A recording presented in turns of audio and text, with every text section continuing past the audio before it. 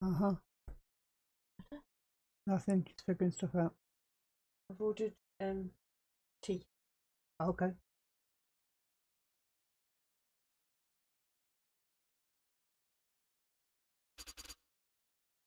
And how long will tea take? Maybe. Couldn't have ordered it an hour ago? No, because it's McDonald's. Okay. Okay, fair enough. Can't order it too early, can I? No. It'd be about 7:45, 8 o'clock. Okay.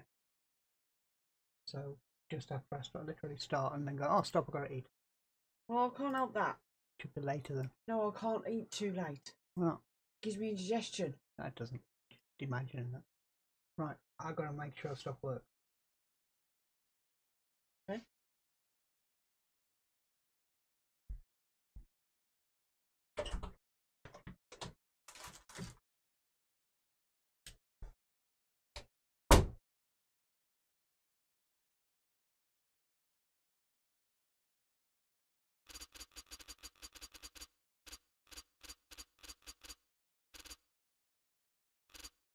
Yeah, it works.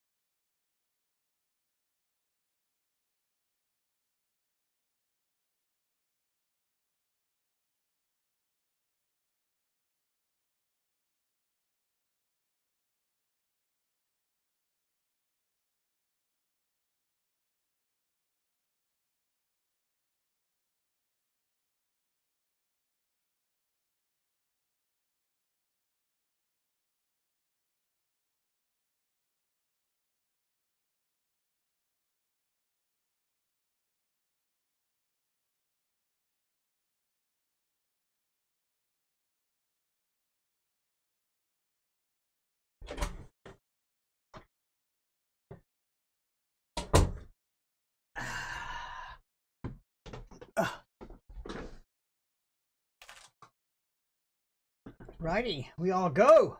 Go, go, go, go, go, go, go, go, go. Let's turn off the sound thing. We should be good to go. And we should be on the last fight. And then we should be awesome. Should be awesome.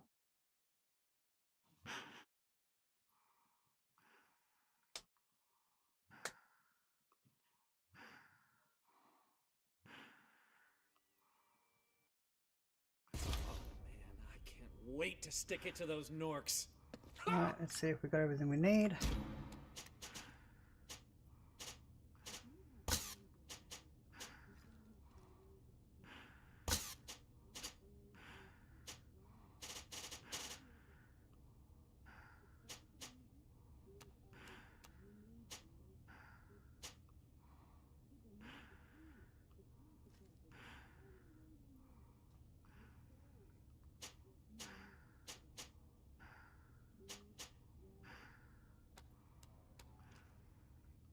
I'll purchase that.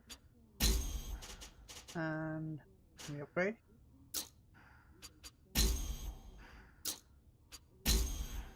Oh yeah, we can.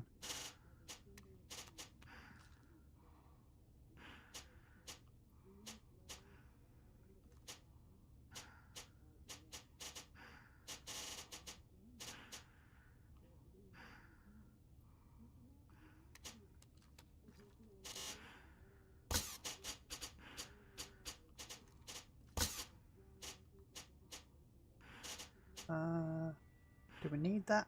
Don't think so.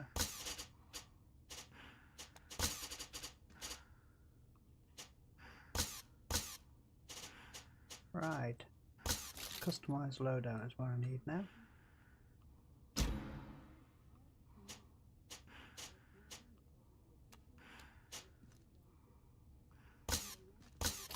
Ah, okay. Can't remember how I...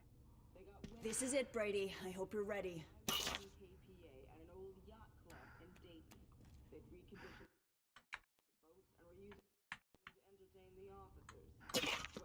Too many active jobs. I've got no active jobs. Where's my active jobs at?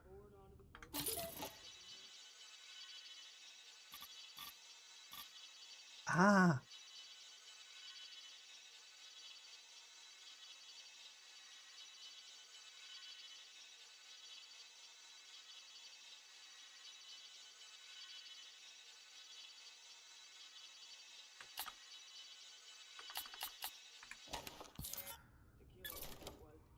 As soon as you give me the word, we'll head out.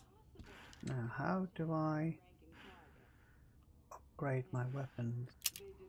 No. No.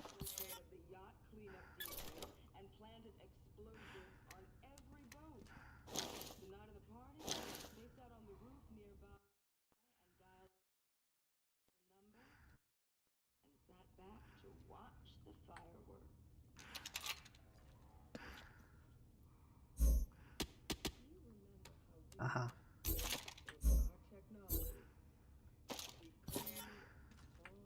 Ah, I've got to do it from here. There we go. How do I choose the other pistol?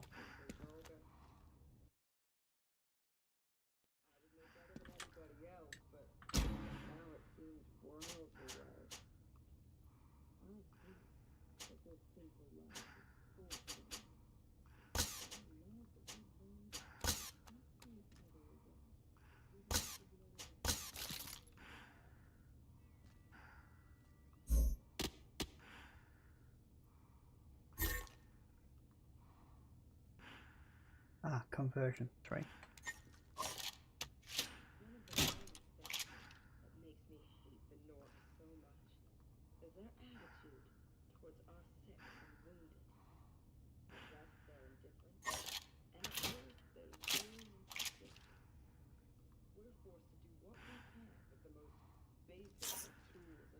And how?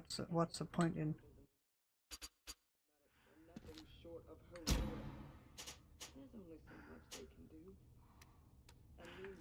Did I not get the pistol?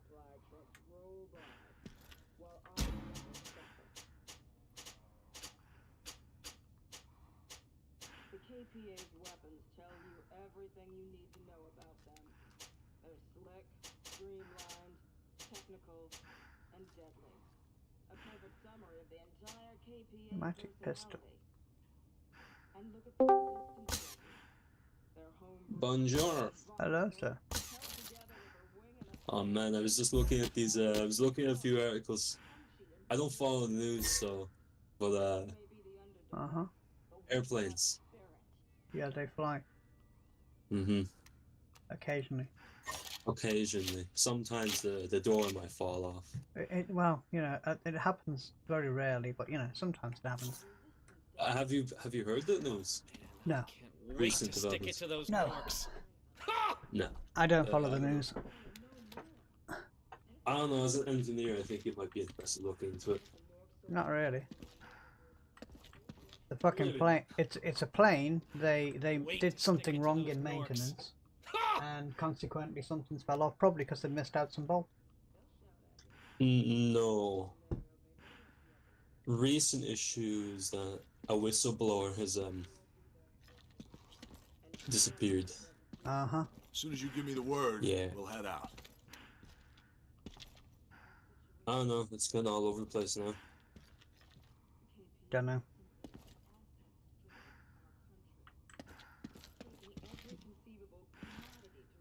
Right. I'm gonna start my last mission.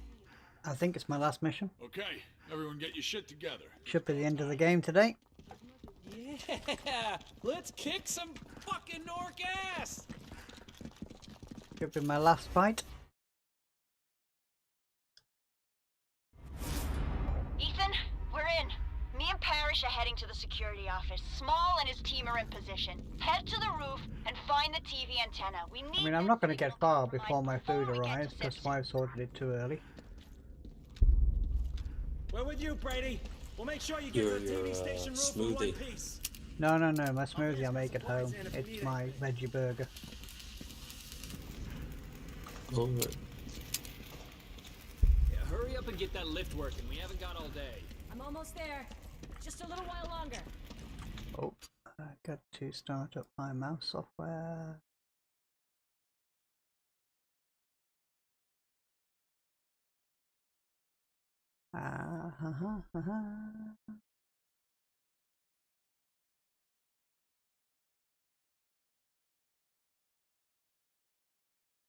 Let's see how long tonight's stream goes for.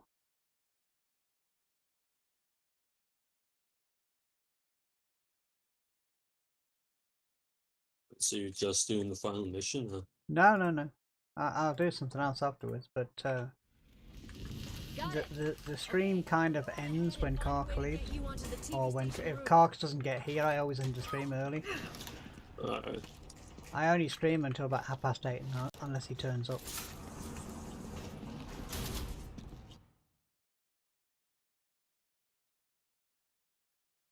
Namely because if it's not interactive, there's no point in streaming it. I mean, granted, I do it for my own, you know, for my own pleasure, but I want to blow something up! Shut up, Small. We can't make a move until Brady has the antenna secured. Don't fuck this up.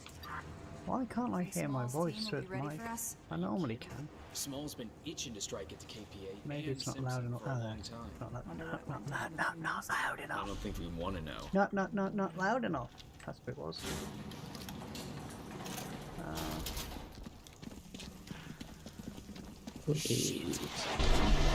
Oh crap! So shit myself seeing combat this close to their HQ. Whoa. Look at that. It looks like a war zone down there. Let's get off this roof. I can almost feel the sniper crosshairs on my back.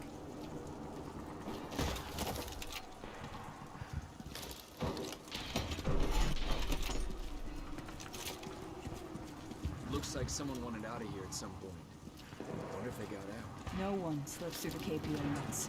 You know that. We have to get through that fence.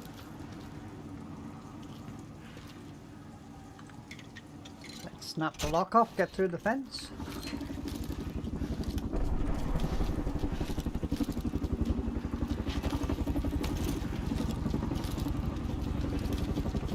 City Hall. So calm and peaceful.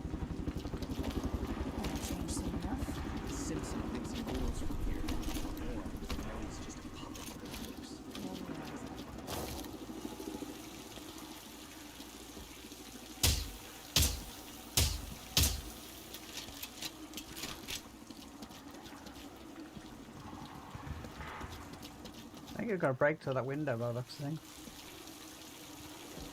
How the hell are we gonna get up there? Uh-oh! Not that way. Killed in action, I fell off the fucking roof. I fell off the roof!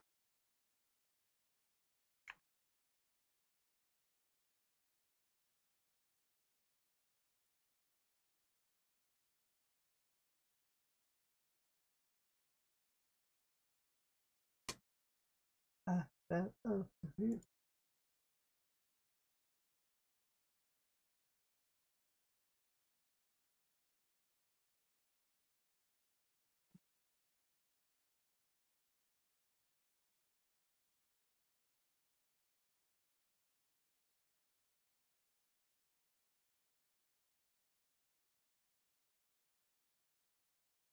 Apparently Twitch has changed the terms of service.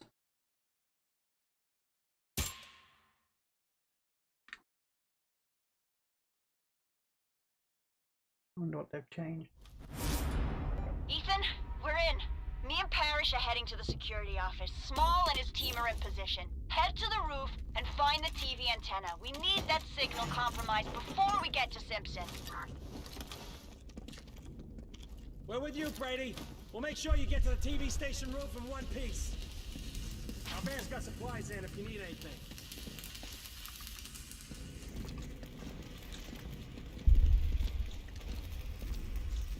What do we know? Yeah, hurry up and get that lift working. We haven't got all day. I'm almost there. Just a little while longer. Just a little while longer. Got it. Okay, I'll go on ahead and find a way to get you onto the TV station roof. Just a little while longer. That's what she said. Come on, guys. When can we start the fireworks? It's quiet up here. I want to blow something up! Shut up, Small. We can't make a move until Brady has the antenna secured. Don't fuck this up. You think Small's team will be ready for us? Are you kidding? Small's been itching to strike at the KPA and Simpson for a long time. Wonder what went down between those two. I don't think we want to know.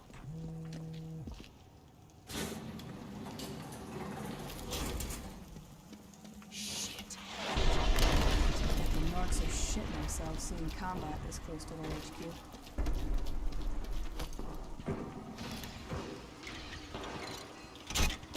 Looks like someone wanted out of here at some point. Wonder if they get there. No one slips through the KPA once. Let's get to where I was before I just stupidly died, because I'm a fucking Egypt. What am I? An Egypt. An Egypt. Egypt. Where do you learn these secret words? Your secret words, Egypt, I've been saying longer than you've been alive. Really? Yes. How the hell are we gonna get up there? I got you covered. Managed to hijack That's the window cultural cleaning platform appropriation, my controls. guy. Give me a second. How is it cultural appropriation, the fact that I've been saying the word longer than you've been alive? She's a fucking Taking our genius. words. I didn't take your word, did I? I said it before you did. You took my fucking word. I did not know Brits. And literally anyone other than Irish people would say that word. Get on the platform, Brady. Really? It's to the TV station Yeah. roof. Ah. Maybe I took it from a film that I watched many years ago. That's possible. Keep low. Yeah, that's probably where I got it from. Let's do this fast. I don't like being But either way, as I said it before you did, you stole my word. Give it back. That's it, Brady. That's the main TV antenna. Find a way to take control of it so the Norks won't be able to stop our broadcast. No, no, That's a no, lot no, of no, no, peacekeepers. no, no. Seems like the My Norks aren't taking any ancestors created that chances. word. We can cover you from here, Brady. Well, your ancestors didn't create the word. What your ancestors did was they couldn't fucking pronounce idiot properly. Just... Let's get it right. All these slang words are because most of the time are because people can't actually pronounce the correct word. Oh! I'm Indeed. gonna die. That is... Oh no, is Egypt actually this idiot? I don't know, maybe it was... Yeah, it's just idiot. It sounds like, it looks like idiot, or sounds like idiot. Anyway. I'm downloading Fortnite. Why? Don't know this. I have play Fortnite. I'll play Fortnite. I've got a guy at work who keeps begging me to play Fortnite. Zero build's okay. It's just goofy, fun, social time. It's became Roblox too much. It's just, there's everything, anything and everything on there. And it's very much focused on the kind of social aspect you get on there with friends and do and look up and go into. Yeah, but the social aspect is the bit that puts me off it because it means I got to put up with fucking 10-year-olds going, you kill me, you kill me, you kill me, you're cheating, you kill me. I got to put up with that crap, so no. As I said, get in a party with your friends and like mute everyone else. I don't think you even hear other people. You can just hear your squad or whatever. So if you get a few friends, I can't. Do you realise how difficult it is for me with no fucking friends to build a party? Signal secure. Yeah, nice work, Brady. That's what I said. That's what I said. Now It's for the only Simpson. reason I played again. We'll activate a lockdown to stop reinforcements getting Play to them. Fortnite. You join Small's team on the roof and secure it so Simpson And they can don't play escape anything by else, just air. one of them's on a Switch. You need to zip line down there, Brady, and finish this. And Everything's if in I didn't position. play any other game Just like waiting that, on you it'd now, be Brady. like- Brady, we're triggering the So lockdown possible now. Secure games the will roof. switch the PC Looks like Simpson just very shot limited. himself when he said Warframe. he must think he's safe where he is. Warframe. Keep a shot. Warframe. It looks too weird. It looks way too weird. I think it's a good game, personally. You guys are doing I think great. it looks Keep odd. going. It just, I don't know. Just the humanoid. It's the my problem that I have with it is it's quite repetitive. Yeah. Yeah, I don't think my casual gamer friends can hop on Warframe anytime soon. Why? It's free. It's one of the very few games on the fucking Switch that is free. I think Warface is also that's Warface, when it first came out, was a good game. but it's what do you mean it's actually a good game? It was actually a good game. How so? Well, it was a decent game to play. You see, I think I played that. You didn't play it when it first came out. No way on earth. When was it? Before you had a PC.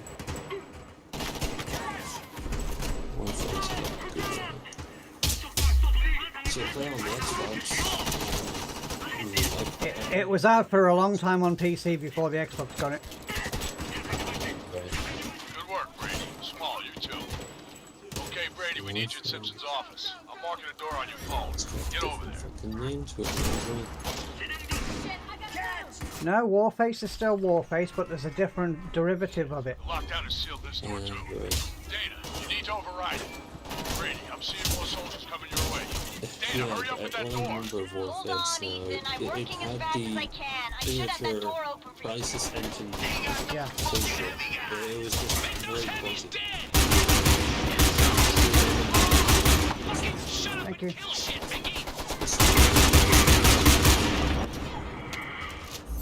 I actually tried running Crisis the original, recently enough. It was awesome. I never tried to play Crysis when it was new because there's nowhere on earth my machine would have run it. But I ran Crysis quite recently, the first Crysis, and I thought if this game wasn't graphically good, it would never have gone anywhere because it's a shit game. It plays like shit. That is I sat down in the non-stop. Put the AMD graphics card on DirectX, all the versions of DirectX, but I hear that's what the Intel cameras are for. older almost there, versions of damn it. DirectX. Let me They're good with concentrate. DirectX 12 and they're good with Vulkan, but they can't do older versions of DirectX. Like DXI and shit. No, they don't really have a problem with DirectX 9. Hang in They there did a on little while release. longer. They did. They had the worst NVIDIA DirectX. I mean, bearing in mind DirectX was built around NVIDIA. Yeah. It was when Microsoft was shagging fucking NVIDIA and they were promoting their Direct 3D. I mean, that's.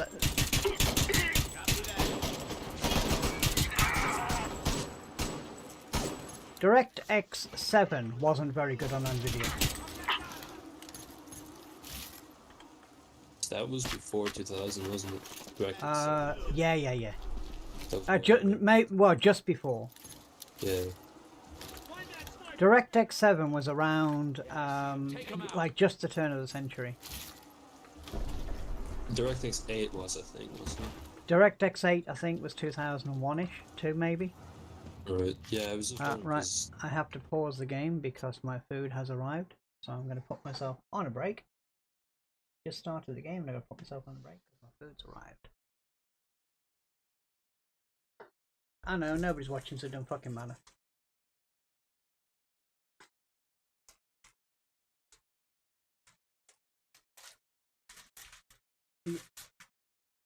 Warface wasn't a bad game. It was a decent game. You have to think back to the time. It was a decent game.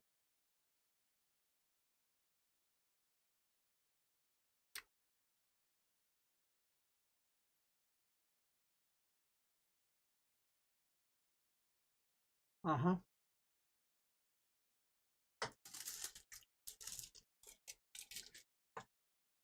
It got shut down and then it's been reopened. I don't know about viruses, but it was definitely the servers got taken offline, and I'm going through my list now to find out the name for you because I have it again.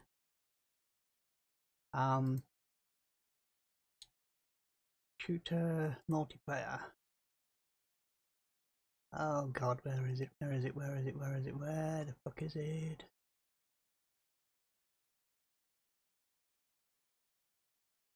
Mm-hmm.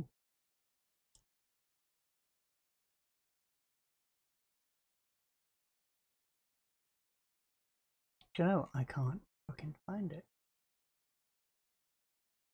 Is it not in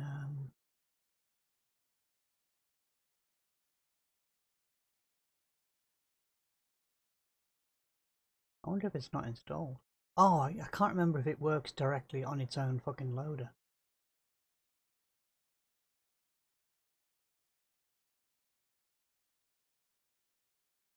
It might have its own loader.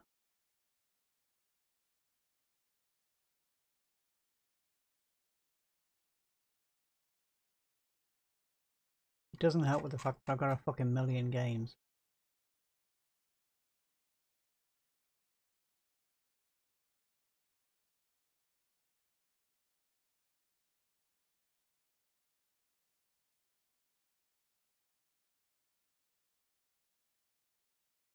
Ah, what the fuck is it?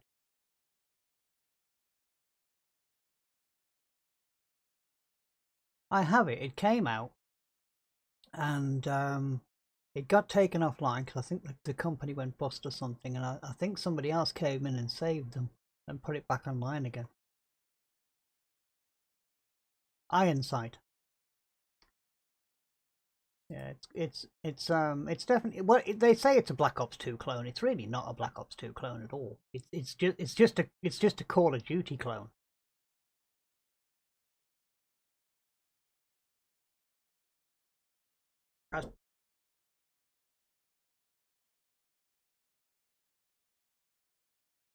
The problem with that, yeah, the problem with that game is the fact that too many people, like every game these days, too many people sit in the back with a fucking sniper rifle.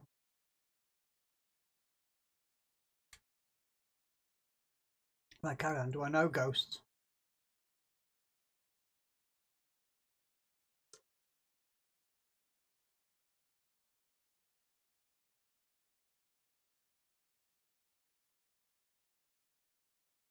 Mm-hmm.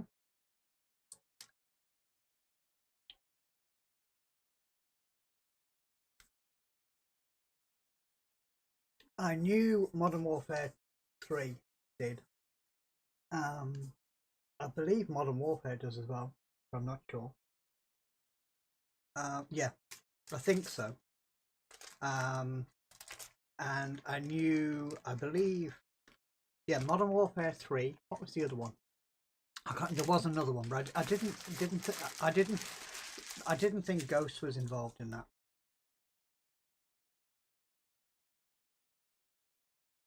Hello, Mr. Cox.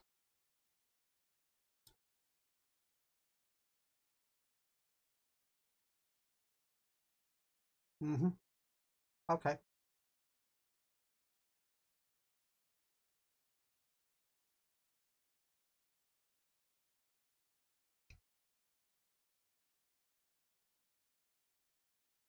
Do you know what? I haven't, no worries, do we get it when you need to.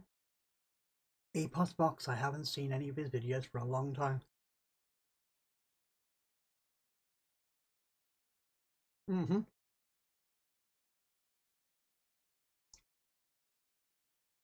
It seemed like he changed his hair colour every fucking week, though.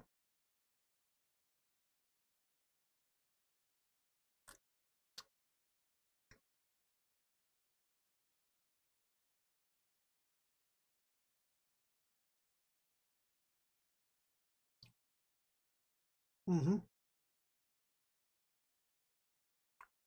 Oh, yeah.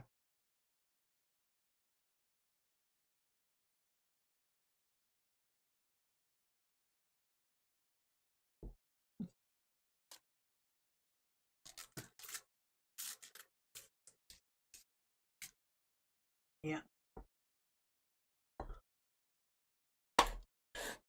Yeah.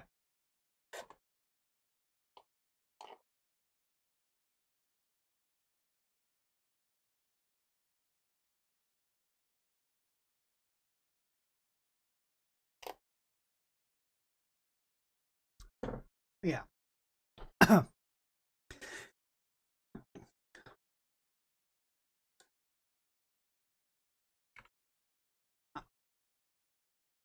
Well, the thing is, though, it is ass, and that's the truth.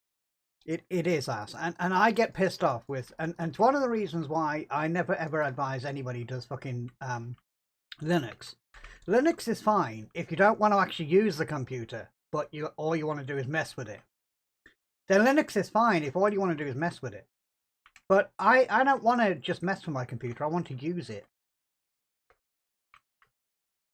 What's ass? A distribution of Linux, Carl. Unless you're doing one thing, just one thing. Linux is useless unless you do it. Linux is very good at doing one thing. I mean,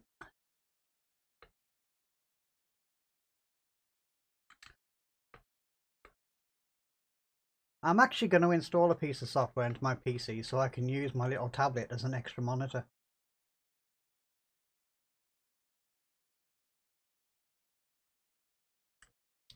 That'll be, yeah, that'll be 5.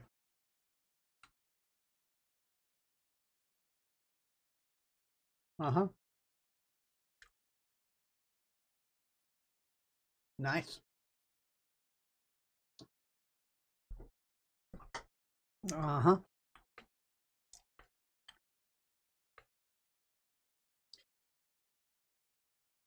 What sort of distance? What sort of distance are you talking? Right, but if it's only 2 meters away, that means you need something like a 4 or 5 meter cable to be able to put it neatly. The problem is, and that's the reason why I asked, I have a 5 meter HDMI cable, but it's not capable of running a 4K TV. Once you start adding distance to a HDMI cable, they tend to not do a very good job.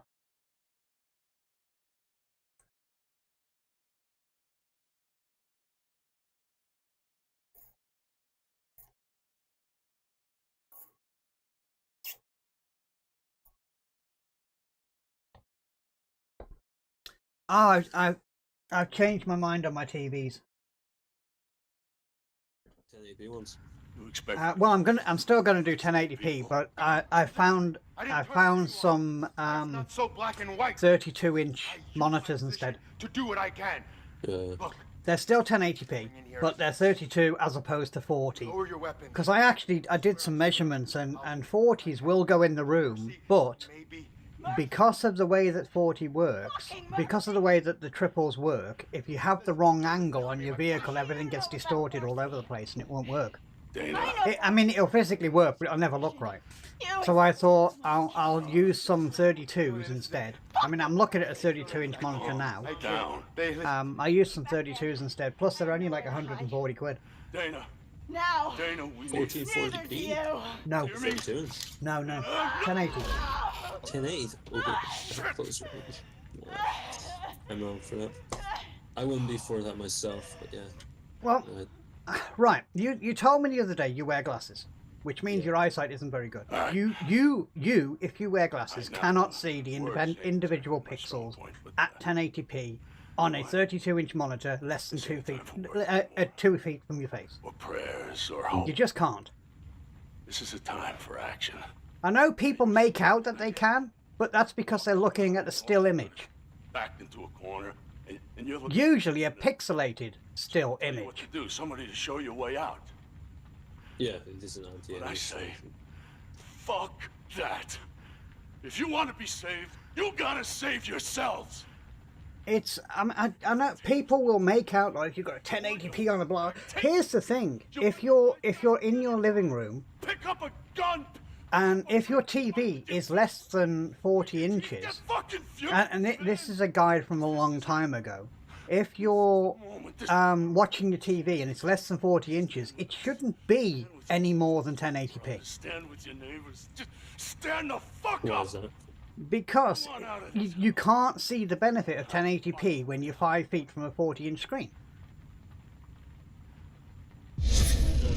Alright, we're out of time. Oh yeah, we gotta get out of here. 1080p from the distance. Let's go. We'll split up and regroup. But 1080p, right up close, right now, if I change my monitor to 1080p, I will not see the pixels. Yeah. And I am the only distance that my eyes actually work perfectly. At the distance that I am right now, I have perfect vision, and I will not see individual pixels on a moving screen, on a 32-inch screen that's running 1080p. It won't look as sharp as 1440, but I won't see individual pixels. And it's just a fallacy that people come out with. I've not seen anybody yet that can prove it.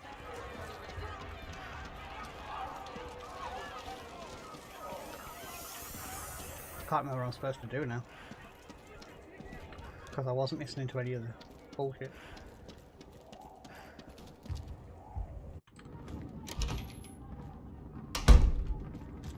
After all this time, I lost control. right in the Dragon's Den. The whole country saw our message. My message. I couldn't let him live. Not after what he did to me. There's people on the streets, man. This is it. Uprising the clock, baby. You know, I just thought we were gonna show them we weren't finished. I never thought we could do this without Walker. 5 long years I waited. But I finally got this. Anyway, it's time to fucking party. Let me tell you something, Dana. You are one sick. So, Mr. Cox, what do you know? Are you liking Diablo 4? What have you done? He's playing Diablo. He was earlier. Well, no shit, Doc. You saw what happened? They're gassing the city. Oh, I've discovered a way to make me drive better on driving games. An airship spewing out gas right now. Others are Oh, yeah, getting ready. here's, They will kill everyone. Those blimps are you serious? Yeah, about the 1080p thing though. I think I have like an advantage. Why didn't you wait? I'll have an advantage in 10 years over everyone else because I'd be able to play at 1080p. Why did I help you? Whereas everyone else is going like 8K. I don't know who I am anymore. Run 8K. There's no way we could have known this was gonna. You know, just get you're always running the low resolution. That's all I How ever come you wanted. never stayed to like 768 when that was the thing? Sam. Shit. I ran when I was gaming properly. I ran 1280 by 1084. 10. No, not 1084. 1028. Time to use them. I ran 1280 by 1028 when a lot of other people were running something like 1600 by whatever it is. Leave. We'll knock down the blimps before they can react. Seems like we should split up then. Yeah, pro gamers still on fucking 32-inch screen, pro Counter-Strike players still run shitty fucking 800 by 600, all that kind of crap. Yeah, they still go for 4x3. The reason for 4x3 is a fallacy. They have a 4x3 stretched, and Yeah. the idea behind it, I can understand the theory, but it's complete crap. The theory behind it is the characters are wider, so they're easier to hit. But of course, when you move your mouse sideways across the fucking screen, it means everything moves faster, so sensitivity gets fucked up as well. We're setting up a sound launcher in the I'm Ashgate your police field of station. views, Get though. over there and take command. It's a really good example from Pro League with the player who was playing 4x3, but spectators were 16x9. So the viewers could see that they were playing history, but he couldn't. Yeah. Because his field of view could see the That's a lot of that is also the reason why 21x9s are scorned upon within gaming. Sorry, say that. 21x9 monitors are scorned upon within gaming because people classify it as cheating because you can see more. Alright, 21x9, those are ultra wide, right? Yeah, that's the smallest of the ultra wides. Right. My driving one is 21x9, and I did have it on for my main gaming screen for a long time, but I took it off for the sake of frame rate. But yeah, I would use it. What I like about it is things like your mini-map on Call of Duty. If you're streaming and you're streaming 1080p, but you're playing the game on a 21x9 ultra wide, it means people who are watching your stream cannot see your minimap. According to them, it's not on the screen, but you can see it quite clearly. So it raises some weird questions, which is kind of interesting to me because I like raising those questions.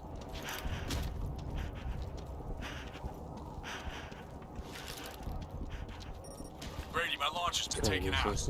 Damn Norks hit us hard. So your ultra wide's 1440p, I'm guessing. Yes. Yeah. It's 32. It's 4K wide. So 30. No, actually, it's 34 something. All right. No, 3440. Yeah. By 1440. Yeah. 3440 is like 3440 25 by 2560. That's 4K. Yeah. No, 4K is not 2560 high. It's 21 something. It's 4K. Oh, 21. 4K is 4 1080p's. So it's 1920 doubled, and then 1080 doubled. 1440p is 720 doubled.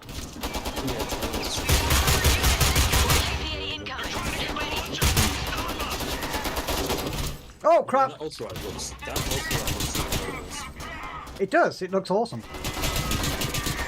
And when I'm driving, my face is what, 45, 50 centimeters away from it. Can see everything. I'm very, very close to it. I'm very close because then I can use a wider field of view in the car, so I can see the mirrors in the car usually.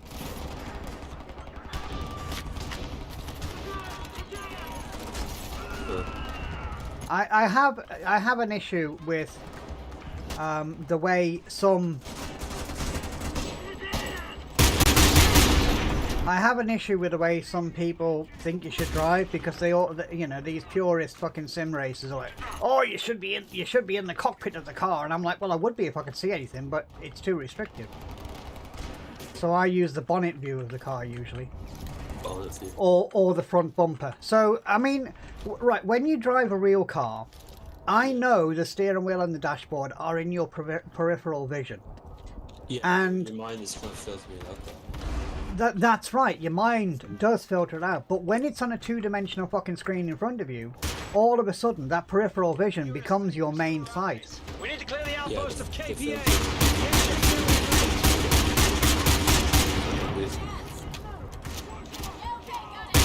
So I tend to use either bonnet view or I tend to use front bumper view occasionally. I'm not expecting to survive this war, but at least I'll die for something worth dying. Am I supposed to blow that vehicle up or something? I must have to. No? What the fuck am I supposed to do with this vehicle?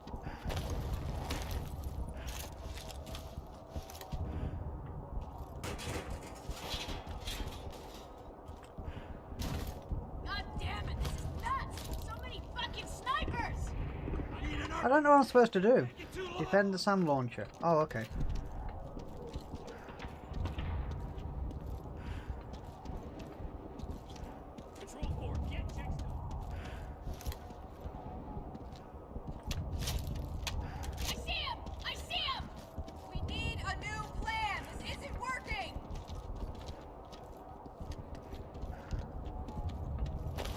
Airship's now in range. Activate the launcher and bring it down. Launcher's ready to fire. Give him help. Go on, my son.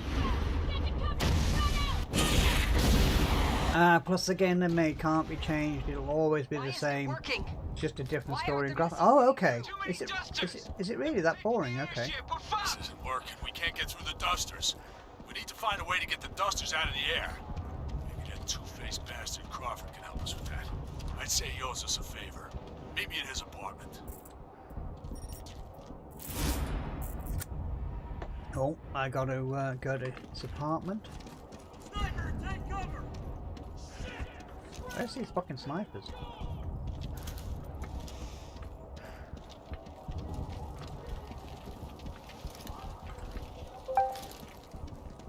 There's thousands of the same type of games. Do you know, I don't even know what Diablo 4 is. Hey Brady, come on. It's one of those top-down RPG type games. Oh, okay. RPG, yeah. Yeah. It's a multiplayer RPG type thing usually. Is it a massive multiplayer or is it a small multiplayer? I'm not sure. It's Activision Blizzard anyway. They made that. Brady, help me with the door. It might be MMORPG. It could be. It could be. Crawford. I don't know. Because if there's not, you know, if you can go against or with multiple teams at once, then it's MMORPG. If it's 1 versus 1, team versus team, then it's just an RPG. No choice. Yeah. They knew about everything. Holy shit. They had me by the balls. I had to do it. See, I like the Warhammer 40k RPGs. Yeah, RPGs. There was I so like much those. going on. So many plans. They had complete control. I think that's the definition, Carl, I'm not 100% sure. That's just my assumption.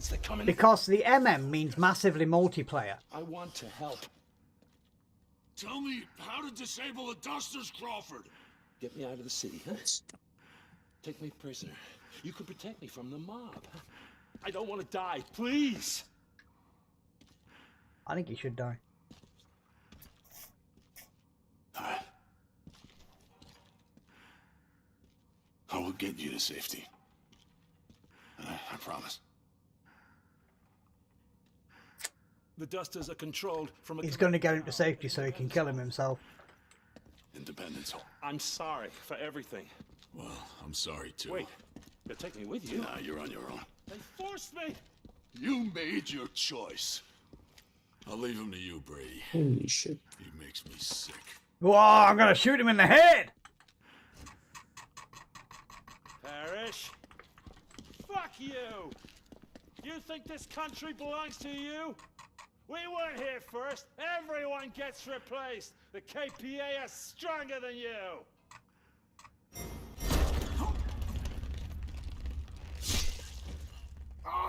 See you, buddy.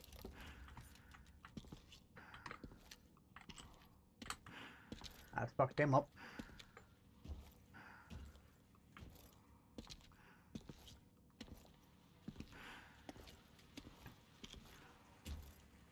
No fucking way.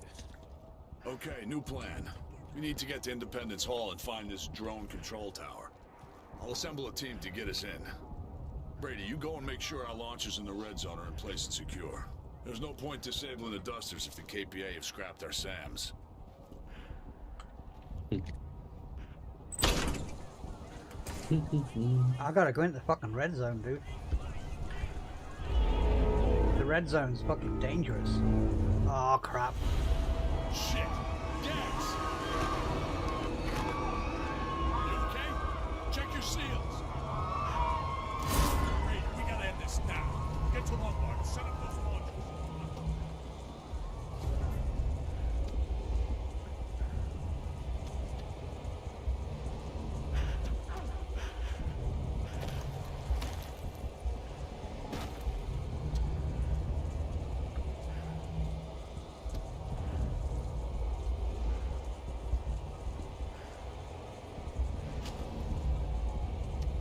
Where the fuck am I going? Oh shit, balls me to the commander. That's not good.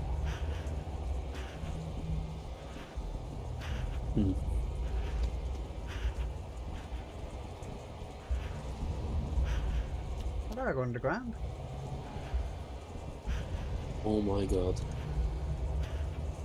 Imagine if you could get a bipod on your M16 in COD 3D, that would be like the COD 4 M16 and have no recoil whatsoever.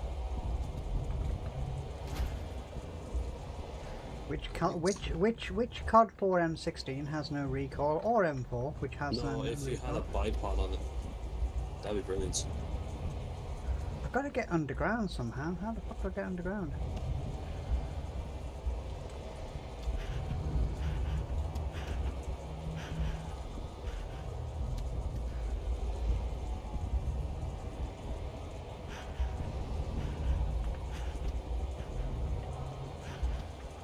I don't know where I've got to go. I've got to go somewhere, but I've got to get underground to get to it. Behind there somewhere.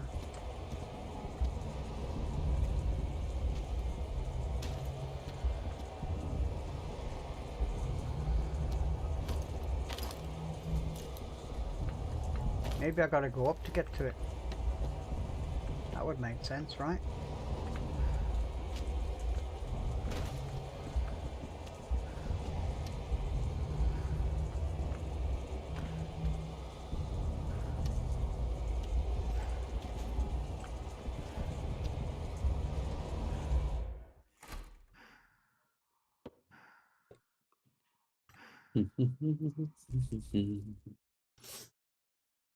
Found it.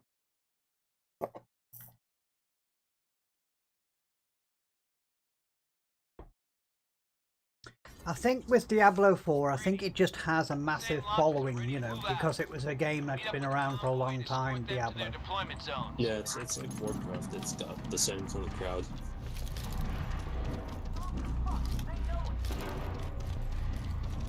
Alright, our escort is here. Let's get moving.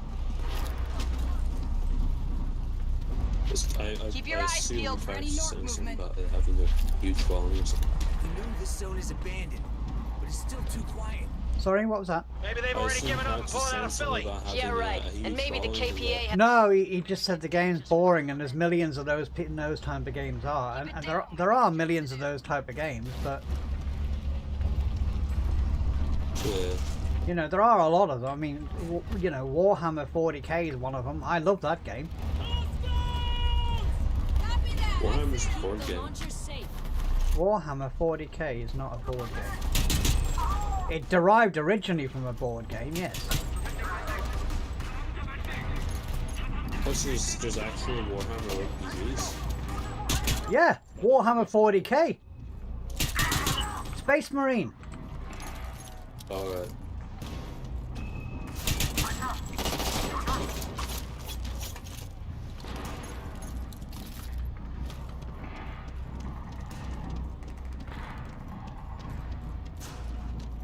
I've played it on stream many times.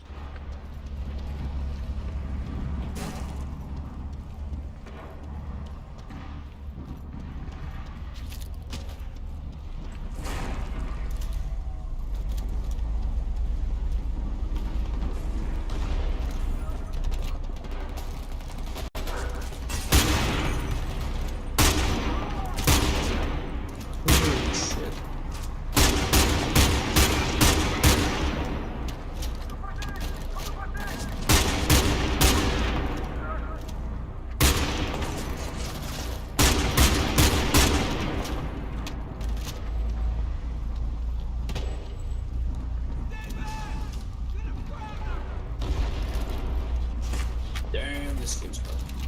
Heal myself up.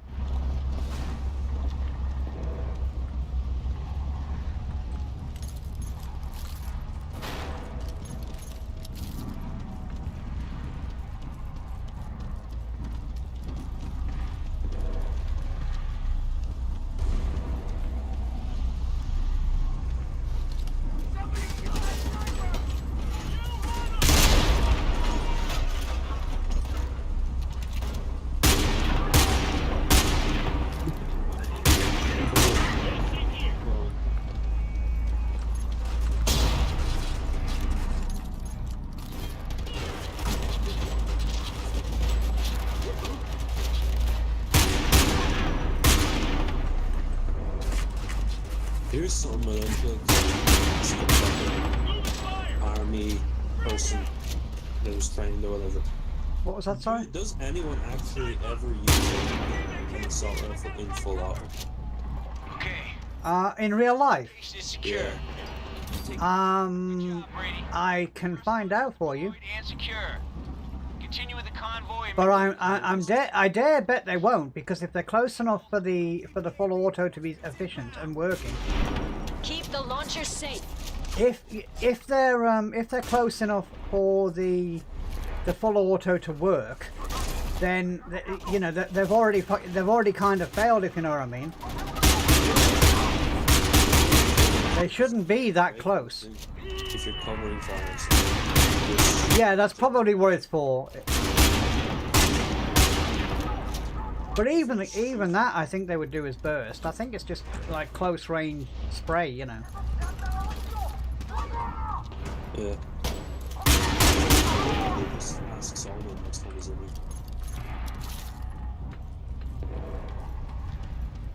Oh, Miles. Oh, Miles. But we don't see much of Miles anymore, do we?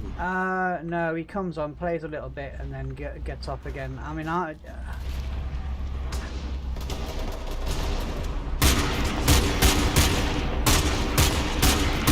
we haven't really. I haven't played with Miles for ages. We're just never on at the same time, and I don't want to limit myself to Call of Duty. We're trying to get Salman to do some Division 2 with us. We're gonna like start new characters on Division 2, so we can. Well, I've already done it to start with, like to play at Salman's level. Yeah. And I've already done it, but he hasn't been on since. It's kind of a little bit like Chonka. What Salman does is he turns the Xbox on, and then he just turns on Call of Duty. You know, it's kind of just his standard thing that he does. And once he's on Call of Duty, I will swap over from wherever I'm playing to play Call of Duty with him. I mean, because I don't want to inconvenience him. Good job, people. Both launchers are in position and secure. Nice work, kind Brady. of guy to have a very I'll let active Parrish know he's social good to go. Who is? On over and support his advance. Brady, it's Parrish. He doesn't really have an active social life. He's got an active family life. We'll get to the Dustin Control Tower or die trying. We can use your help. Come on, let's do it. Oh crap. Get rockets on that gate now.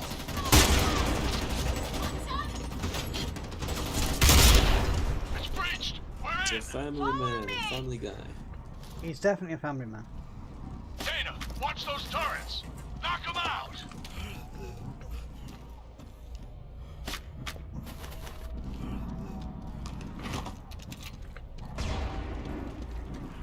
Wolverines! Hack tools now!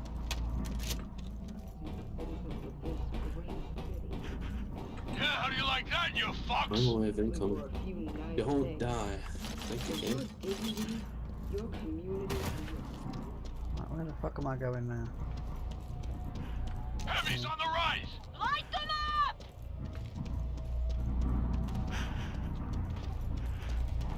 Burn! Fucking burn!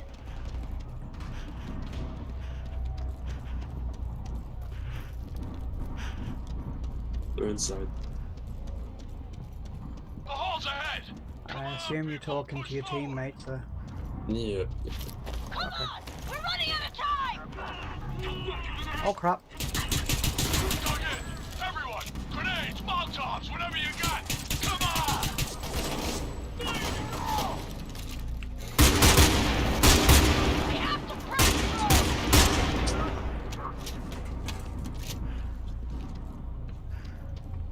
Yeah, I'm playing this PvE game mode. I've been trying to win. It's one where you defend an objective against waves of enemies, of AI enemies. Okay. And I just can't seem to. Brady, we're through the gardens. We've reached the hall. Tower's just on the far side. I'm out of clip. So I'm trying to see if I can ever Grab any ammo you can. We got one more push. It's really damn hard because what I find is a lot of the random teammates just sit in one room. Yep. And try to hold it, but then there's one enemy that blows themselves up, and they just kind of walk in, and then everybody dies. I know that when you have to shoot him in the head. Not even, you just shoot them, and they just die. And then they don't blow. Oh, this could be the last fight. I don't know. It almost was happened to the last guy. Okay, I'm set. Fire in the hole! Fire in the hole! Come on! Keep moving! The tower's through! Help us! Have you ever heard of a YouTuber named who? Big Fry. A YouTuber. Maybe. He gives out about shooting games. His entire gist is that he gives out about shooting games. Stay with me, guys. That suck. Maybe. Do this without you. Come on, stay with me. I gotta figure something out. But I could be mistaken the name with something completely different. Get to Brady. Get him up there. It's for everything. It's done. You're like a brother to me. Like laser, you probably encountered him before. Not encountered him personally, just seen him pop up on your feed somehow. Yeah, possibly. Possibly. Or I could be just thinking Big Fry, you know, something to do with food or whatever. You know, I could be thinking it. I could just know the name Big Fry and nothing else. Yeah. Brady, get to the tower. Take out those dusters. It's up to you now, man. Gotta get to the tower and take out the dusters. Parrish, Brady, is anyone alive? The airships are about to drop. We're out of time. We can't launch missiles. The dusters are still there. I can see Brady. He's going for the tower.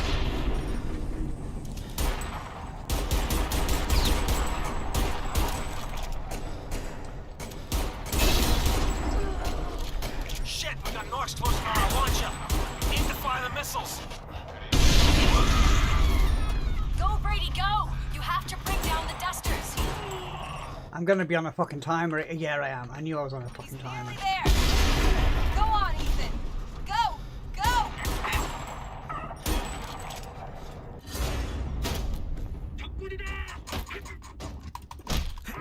I don't know how, but the normal, the other game mode where you move from one objective to the other is so much easier than this wave defense one. I have no idea how that's possible. Am I supposed to do anything here?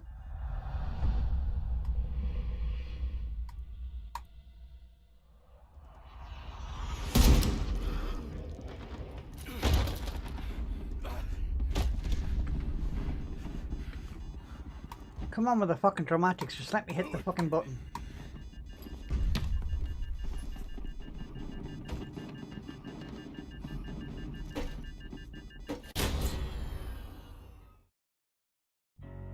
I think that's it, finished. Dusters are falling out of the sky. The airships are wide open. Sam's arming. Elm Tree firing. Following. Fight. Lombard, missiles away. I failed to win the right game. That's fucking crazy. Holy shit.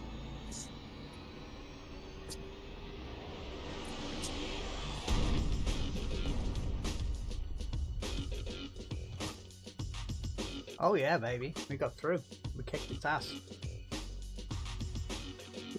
And this is where we find out I get a copyright infringement because of the music. Mute it entirely. I can't. It's end of game music, it's not in-game music. Yeah, just mute the game entirely is what I'm trying to say. No, I want to watch it. Alright.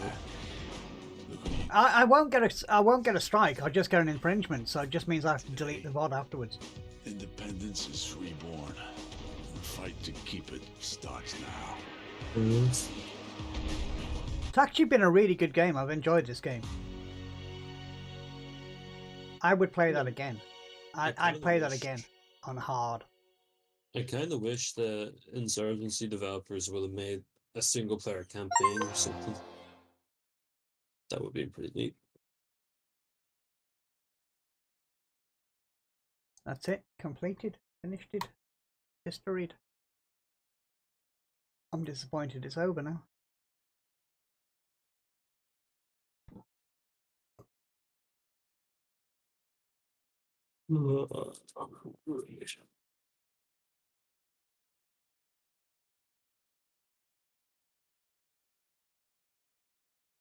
Now what I've got to play for the rest of the night.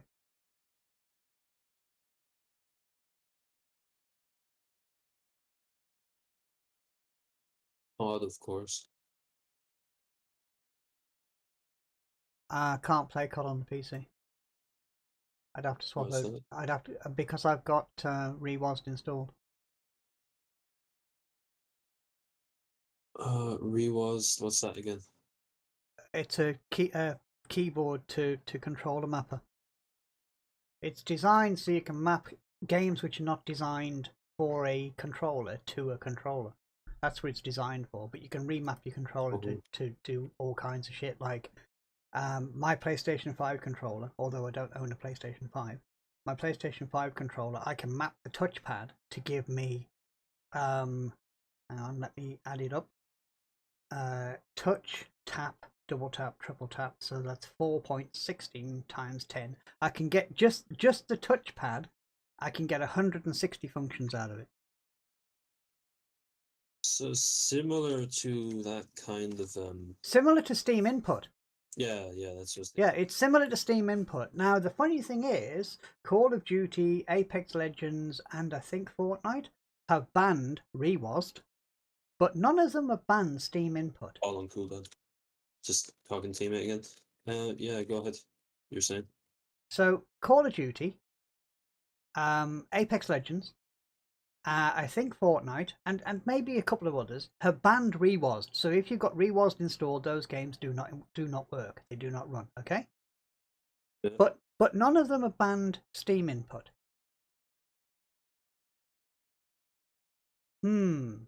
Jack Frags is the reason why Rewazd is banned. Jack Frags, him alone, is the reason why Rewazd has been banned. There's nothing wrong with Rewazd. By banning every user of Rewazd, by having it to have it so they can't have it installed if they want to play Call of Duty, they just have to have Rewazd installed. It doesn't have to be active, they don't have to be using it. If it's installed, you can't play Call of Duty. So what the Call of Duty developers and teams are doing is just saying to everybody that owns a gun, you are a fucking murderer. That's what they're saying. Because they're saying if you own this legitimate software which has perfectly legitimate uses, you are automatically a cheat. So what they're saying is if you own a gun, you are automatically a murderer. Oh, and I can add to that, if you own a kitchen knife, you are automatically a murderer. Just because a tool can be used to do bad things doesn't mean to say that it is being used to do bad things. I don't know. I don't like Jack Frags anyway. That much, to be honest. Anyway, I've kind of developed this mentality where I don't really like streamers or internet personalities, as you can call them. It's like I don't know. It's kind of a because they're not real. If you get me. You mean they're not real? You mean they don't act real? They don't act real, no. I do. What you see, what people get from me on a stream is me in real life. I don't, and it's why I fail as a streamer, because I don't do the drama. I won't do drama. But yeah, you're not an internet personality, as you could say. No. I stream games because I enjoy playing games and I enjoy streaming games. And to be honest, I don't really have many friends, so I stream games to hopefully strike up a conversation with somebody. Which doesn't necessarily have to be about the game. And this one's finished now, so I've got to find something else to play. That's bad. And believe it or not, I can't quit the game without Alt F4. I can't quit the game from while the menus are running, while the credits are running. Well, not from within the game anyway, but I have quit it. Right, what else am I going to play then? Oh, I got a list of controller games. No, I got a list. I made a list up in my Steam of co-op FPS games. So this is my list of cooperative FPS games. Because Mr. Vivematic keeps insisting that we play. Actually, Alien vs Predator isn't co-op. It's definitely not co-op. But according to Mr. Vivematic, we should play. Actually, Doom is also not cooperative. Doom 2 is not cooperative. Grapple Tournament isn't really cooperative. It's a team game. This is an auto-generated dynamic collection I did through Steam. It had two criteria: multiplayer and cooperative and first-person shooter. Oh, Doom 2 does have multiplayer. With the new release, you can play multiplayer through Steam. Okay. Yeah. Then it may have multiplayer. But Alien vs Predator doesn't. I'd actually recommend them. They seem pretty decent. The original Dooms. I think I played it in split screen on the Xbox as well. The original Doom. Yeah, but that's not cooperative. That's against each other. No, it was co-op. No, it's not. Well, you're playing on the maps of the game and the enemies are there. So why would you have split screen if it's cooperative? A split screen. Why would you have a split screen if it's cooperative? What do you mean if cooperative is two people go through the campaign on their own. Two people together go through the campaign. That's what cooperative is. Two people cooperate with each other and play through the game together, through the same game. Split screen means you can be in completely different areas of the map at the same time. In other words, you're going against each other usually. Yeah, but you can play co-op with split screen. Are you sure? You can, yeah. I've played most games I used to play were split screen co-op. I've never seen a split screen co-op. Well, I kind of grew up without internet, so yeah. I've never seen a split screen co-op ever. All right. I'm not saying there aren't any, but I've never seen any. Actually, I have seen a split screen, but it wasn't really split screen as such. And Halo that was isn't well known for being split screen co-op. Halo wasn't split screen co-op. Halo is split screen player versus player. Halo wasn't co-op until it became the Master Chief Edition.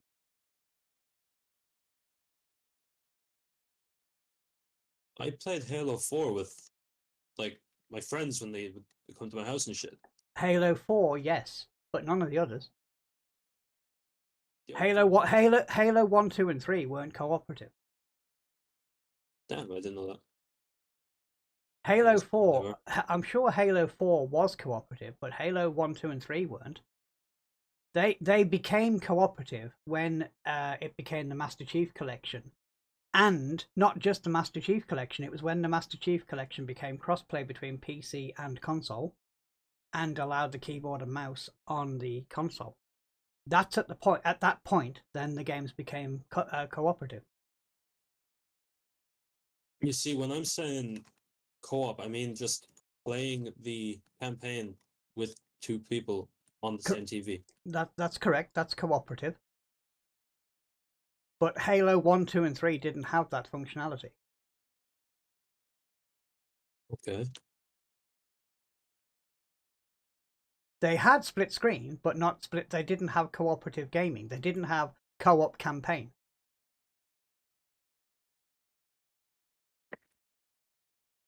Okay. Okay.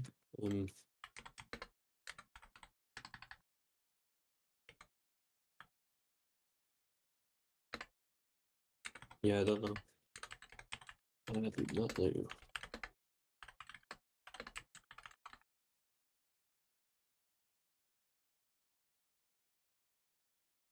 See, what's co-op to me is literally just that. It's just Co-op is like we did in Unreal. yeah, you can do it. Right. That's co-op. Yes, but Halo 1, 2, and 3 did not have that. They had player versus player in split screen, but they didn't have co-op. There was no co-op. There wasn't co-op. There wasn't co-op. There was co-op when it became MCC. The Master Chief Collection gave added the co-op.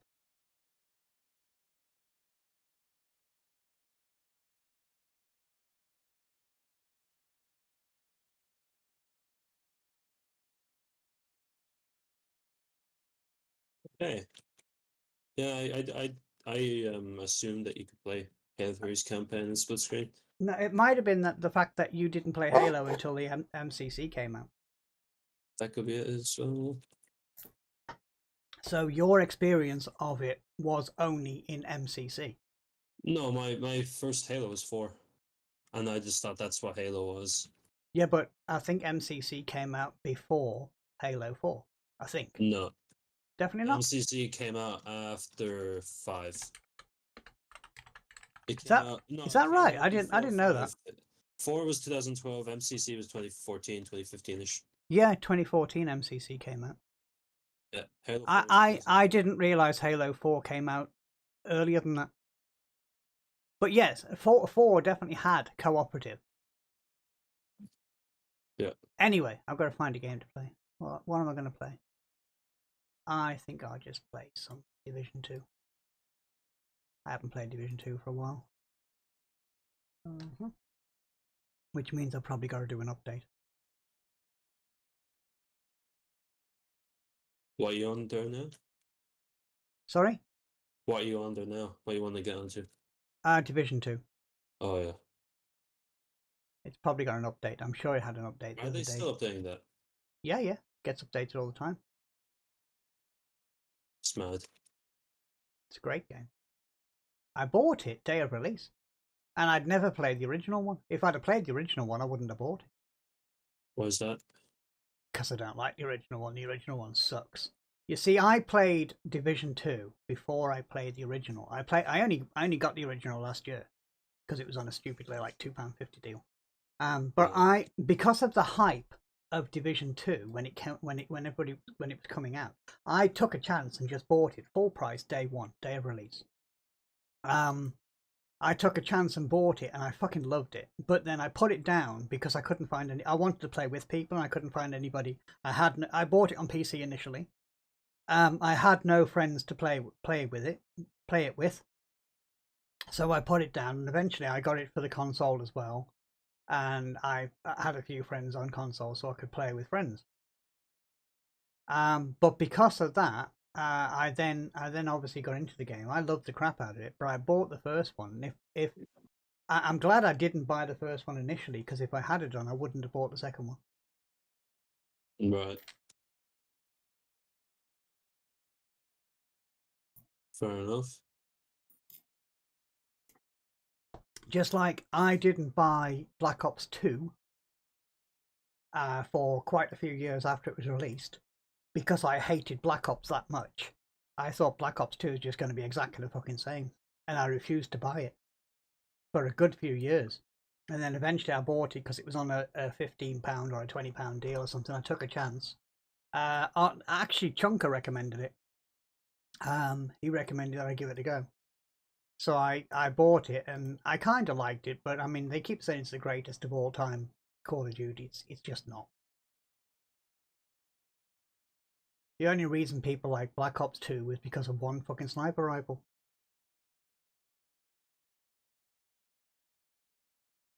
The intervention, I'm guessing. No, I don't think the intervention's in Black Ops 2. Well, the quick scoping one, the people you. It's a bolt action one. Yeah, I wouldn't know the name of it. You see. That's why I said it's a bolt action one. Yeah. It's one of the quick scoper ones, I'm sure. Oh yeah, absolutely. Update Division 2. I thought it had an update. I like this game. It's really good fun.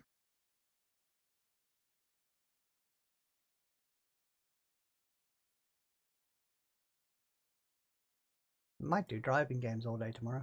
That could be interesting. Watching me reset every time I crash. Holy fucking shit.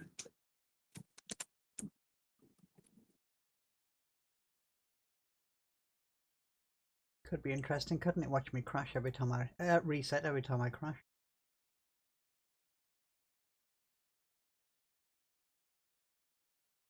But I've actually found a way to make me drive faster and better.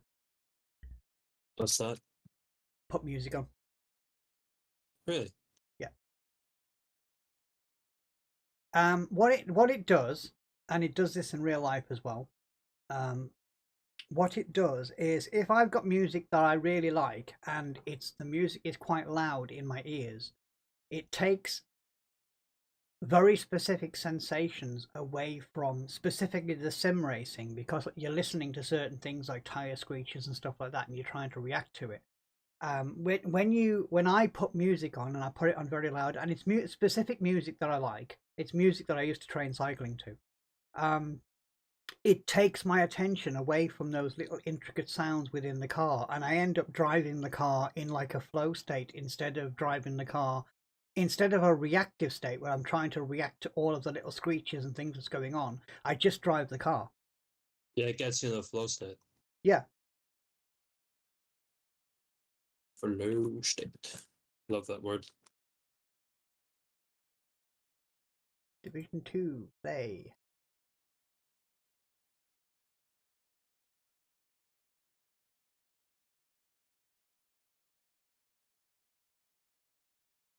I think I'll change the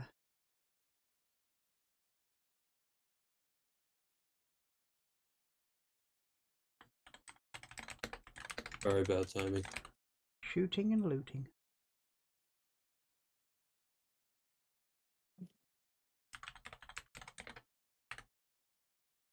Oh, I just called in the helicopter at the worst time. Is this the Lion helicopter? No, you know, I'm playing Sandstorm. I don't Oh, play okay, Siege. okay. I thought you were playing Siege. Yeah, I don't play that much anymore. There's a story to that. I was playing a bit of unranked or whatever, and big casual games, right? Did you get banned? And I didn't get banned. No, I was playing away. I was just playing the game. I was prone. I was holding an angle. You know, what you do.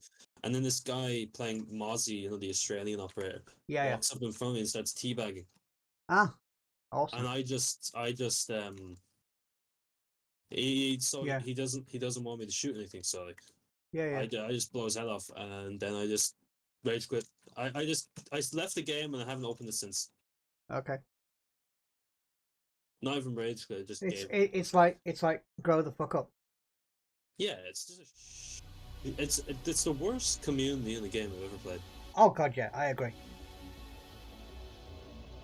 Yeah, I mean, AverMedia got it, and my initial thing when AverMedia got it was, I will reinstall it and I will play Terrorist Hunt with you, but my only advice is you play nothing but Terrorist Hunt. Don't do the online thing, because you will get pissed off really quickly. Yeah. In actual fact, my words to AverMedia were, don't play online because you will get banned. And he's like, what do you mean I'll get banned? I said, you get banned for team killing. I don't team kill. And I'm like, really? You've chased me around a fucking map to hunt me down when I'm on your team. You've done the same with Karks. He's chased us around a fucking map, firing bullets constantly in hardcore because he doesn't realise that we're a friendly and not an enemy. Wait, 5 thought you were... He thought we were enemies. Holy shit.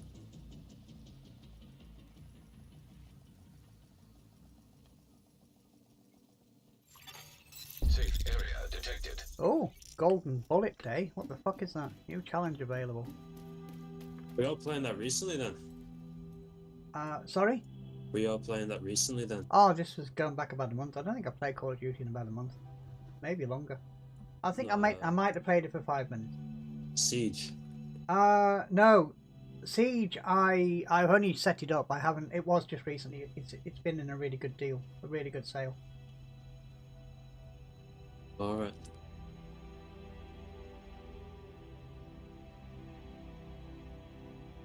So 5 picked it up then, right? Yeah, he picked it up in a really good deal. Oh, nice. And he kind of likes it. But we'll see. I mean, he tried to go through the original tutorial, and he couldn't complete the tutorial for some reason. I think they changed the tutorial. Yeah, they did. Yeah, but I couldn't restart the tutorial because I wanted to see what he was getting stuck on. And I don't know how to go through the tutorial again because I haven't done it in years. See, it's an entirely different tutorial now, though. Yeah, I know, but I wanted to go through it because I wanted to see where he got stuck to tell him how to get out of it. Yes. So, but I can't go through the tutorial anymore. And I don't know how to access it because all the menu system and everything's completely fucking different since I played it. It's got the Hulu menu design now. It's got a shit menu design now. Have you ever seen Hulu, like the streaming service, the American streaming service? No. That has really bad UI. It's infamous for it. No. Think Call of Duty, the new Modern Warfare, the new Call of Duty.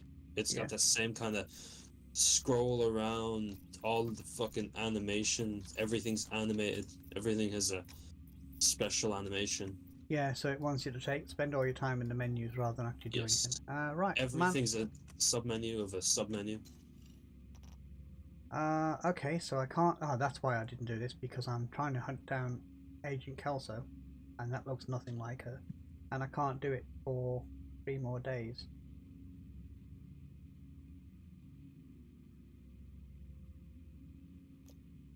That one says missing intel. Available in 4 weeks. That one's available in 3 days. Right, so it looks like I'm just going through. I'm just gonna go kill some people. Fuck it. I could really spend some time doing some inventory. Actually, I'm gonna head back to main area. Head back to Washington. Oh fucking way.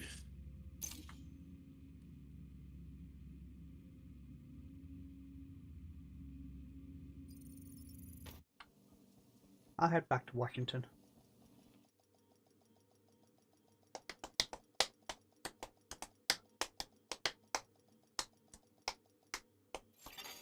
Safe area entered. Black Tusk invasion detected. Okay, tidal basin's fucked up. I'll just unlock some shit.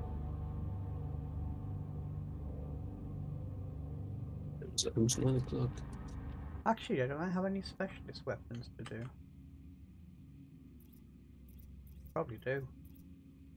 Might set up a different class and might change my class over.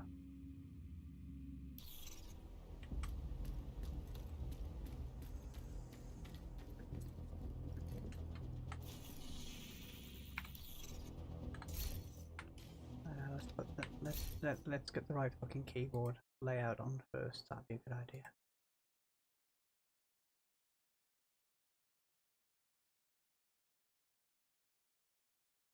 Best keyboard in the world. But actually it's not now, they've just improved over it. Division.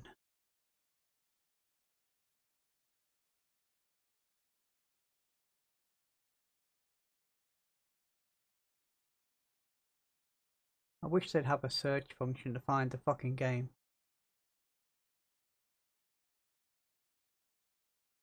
Why are you on there now? No, it's I'm on the software for my keyboard, my routing software. And it's got a list of all the games that you set up because you set up all the colors and action keys and shit like that. Yeah. It's got a list of all the games, but it isn't in alphabetical order. It's just fucking random fucking places. It's not in alphabetical order, and there's no search function. So I'm kind of guessing the people that have a routing play like fucking 2 games, and that's all they ever play.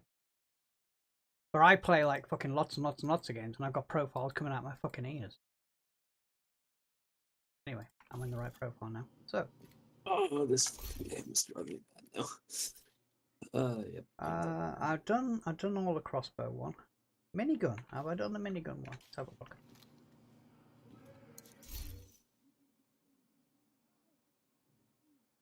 Demolitionist. Oh, I may not have done it all.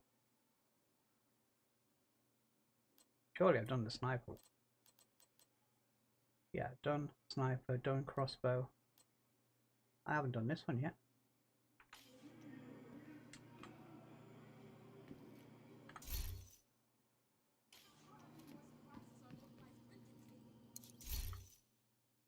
Demolitionist.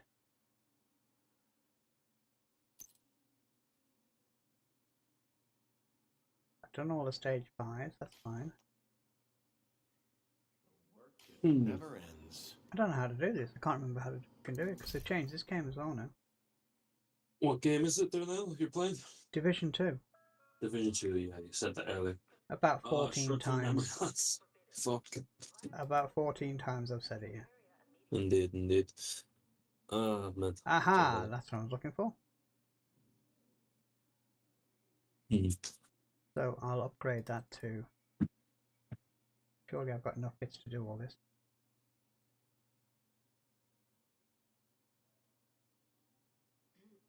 Can't upgrade that? Guess not.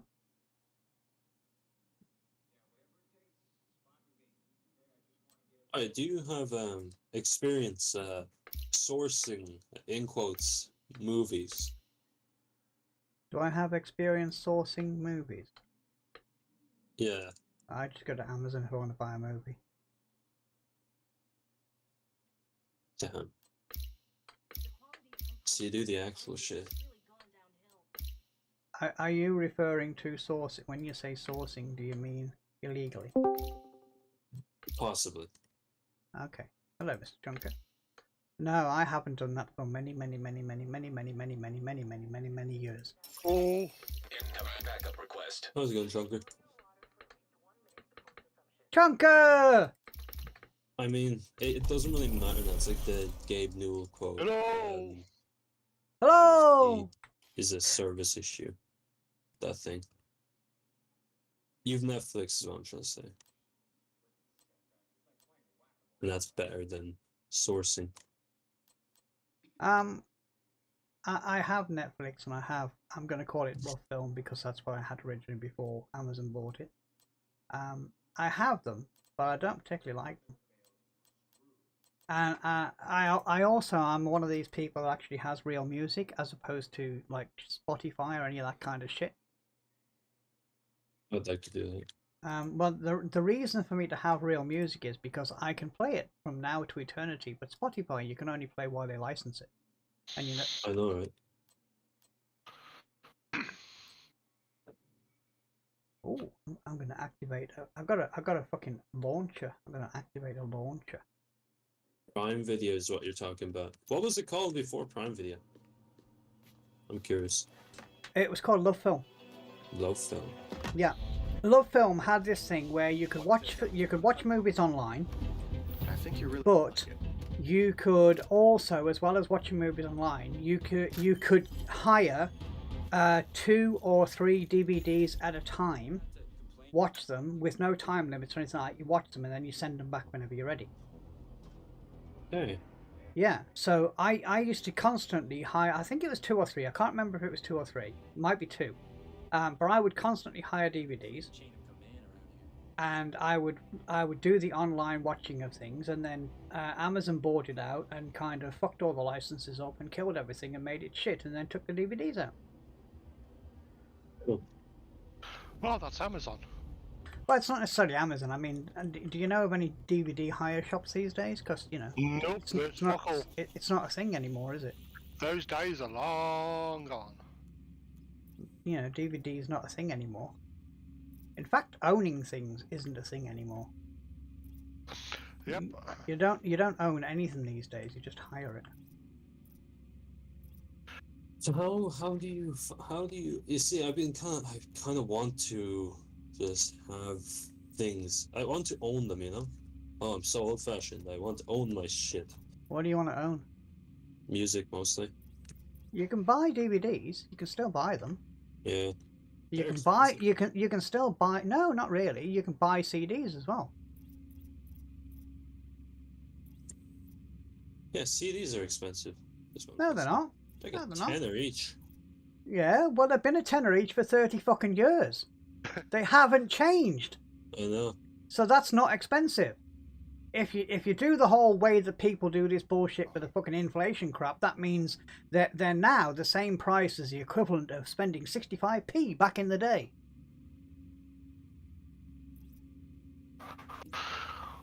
CDs now are the same price as they've been since 1980. They haven't changed. The price has never changed. Nope.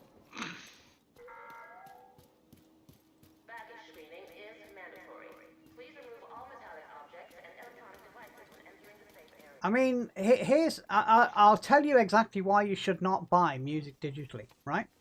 I'll tell you why you shouldn't do it.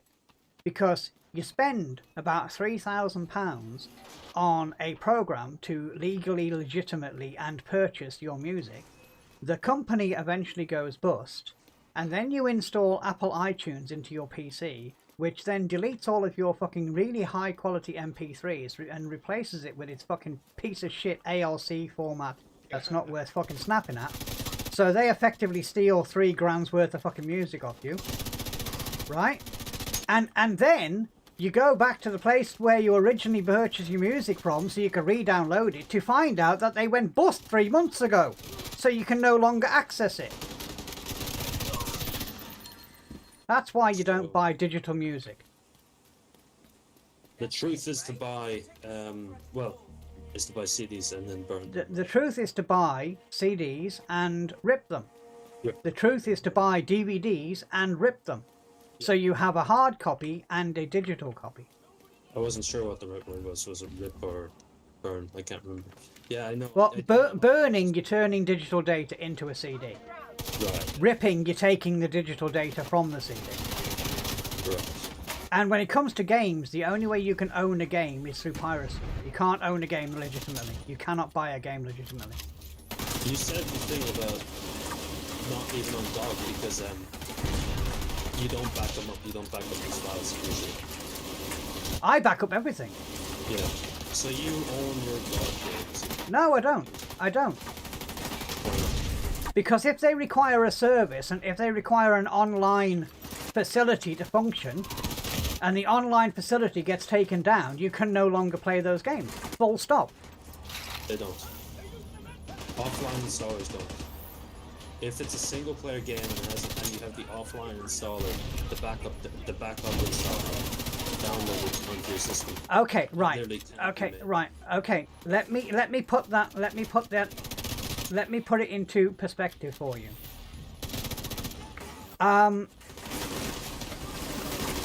You cannot, if you bought Unreal Tournament 3 from GOG, right? You cannot play the game online. Yeah, you can't play it online. Well, then you can't play the game. Okay. That is one game example. But the point is, it's an example. Yeah. There only has to be one example to prove a point. But then again, not all games are online. I agree, not all games are online.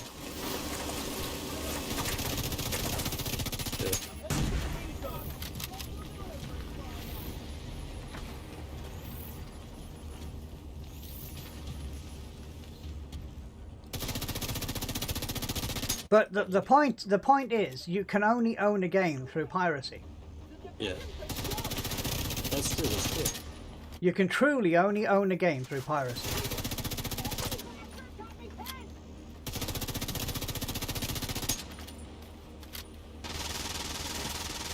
Oh, actually, I can give you another example. I can give you another example. Unreal Tournament 2004. My bad. Right? Buy the game from wherever the fuck you like. I have a CD version of that game, but I no longer have the serial key. Right? Because that game had a serial key. If you don't have the serial key, you can't play the game. If you bought the game from GOG and you lost access to your serial key, you can't play the game. Period. Can't play it. Reinforcement complete. So there's two examples.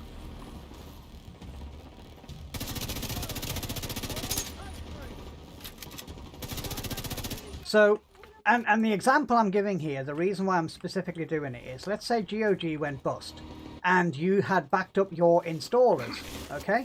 You could reinstall the game. But because GOG has gone bust, you no longer have your key. If GOG didn't go bust, if you lost your key, you could re-download the game and it would give you another key. But if GOG goes bust, you've lost your game. So, yeah, the only way to own them is piracy.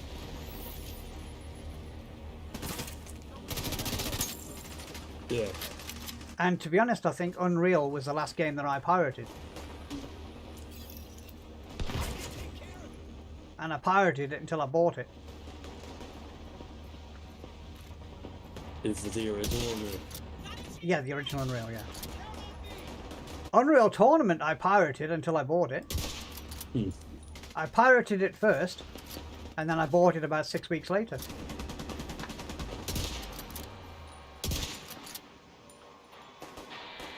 But here's the thing, there are a lot of games, there's also a lot of music, that if I'd never gained access to them free of charge, I would never have bought them. So piracy doesn't necessarily stop sales, it actually increases sales quite a lot of times. It's just that the companies don't want to admit that, and they fucking know that. How many times have you watched a YouTube video and you go, oh fuck me, that's a cracking piece of music, I'll go and hunt that down, then you've gone out and bought it. I heard one of the original founders of the Black, what's it called again? The Pirate Bay said something along that line as well. If that most creators, artists and stuff should probably have a donation, a route for donations, such as Patreon or something, because people, even if they pirate your music, they're going to give you something in return if they. Well, you see, there are some people who will do that, but I can assure you right now, if Chunker doesn't get told he has to pay for something, he's never going to donate money. Yeah. I can assure you of that. If it's made free, if it's something that's meant to be free, right? Yeah, your mind goes like, yep, I won't pay for that at all. But if it's something that you're like, oh, I really enjoyed this. No, I can assure you, unless he's ordered to pay money, he will not pay for it. The only person he's ever donated money to is me. That's just Chunker, No, that's not just Chunker, that's the majority of people. The majority of people will not pay for things unless they're told they have to. Because the majority of people are fucking leeches. I can assure you, I used to be the same. I wouldn't pay for fuck all. I mean, it got to the point that IRC was a program that we always used to use to communicate years and years and years ago. Right? And the most famous version of that program was called MIRC. Okay? Yeah. Now, MIRC had a price ticket of $10. Right? You're buying the guy a fucking pizza. And I still refused to pay it and pirated it. I refused to pay it and I got a crack so I didn't have to pay for it. Bastards. But I don't think that way now. I mean, it's like you still get people now that download DVDs that you can go into fucking Tesco's and buy for £3, and they download them, and then they go, "Oh, I'm not distributing it to anybody. I'm not selling them, so it's fine. It's fine for me to download them." No, it's not.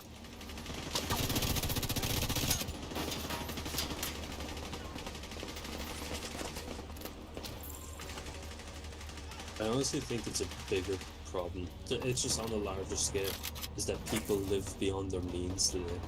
A lot of people do that. Oh, tell me about it. Yeah, but a lot of it isn't through choice. I mean, a lot of it is through choice. A lot of people live beyond their means through their own choice. How would somebody live beyond their means not by their choice? Because they were living within their means, but circumstances changed, i.e. their electric bills tripled, and all of a sudden they can't afford to pay for their electric bills. Yeah. So they're living beyond their means, but not through their choice. It's because all of the stuff around them has gone up, and their salary, pay, whatever, hasn't gone up accordingly, so therefore they're now on a lower income than what they were before, but they're still living the same way because they have no fucking choice.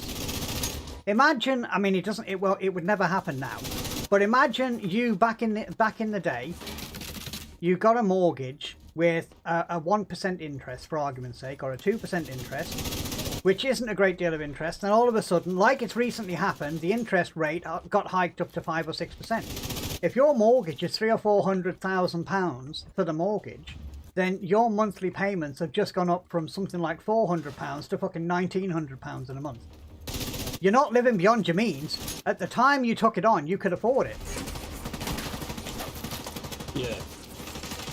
I knew saying that there's a lot more nuance to it, as you just pointed out, you know, I knew you were saying that. But I'm not even sure, to be honest. Because a lot of people are struggling, and I don't know.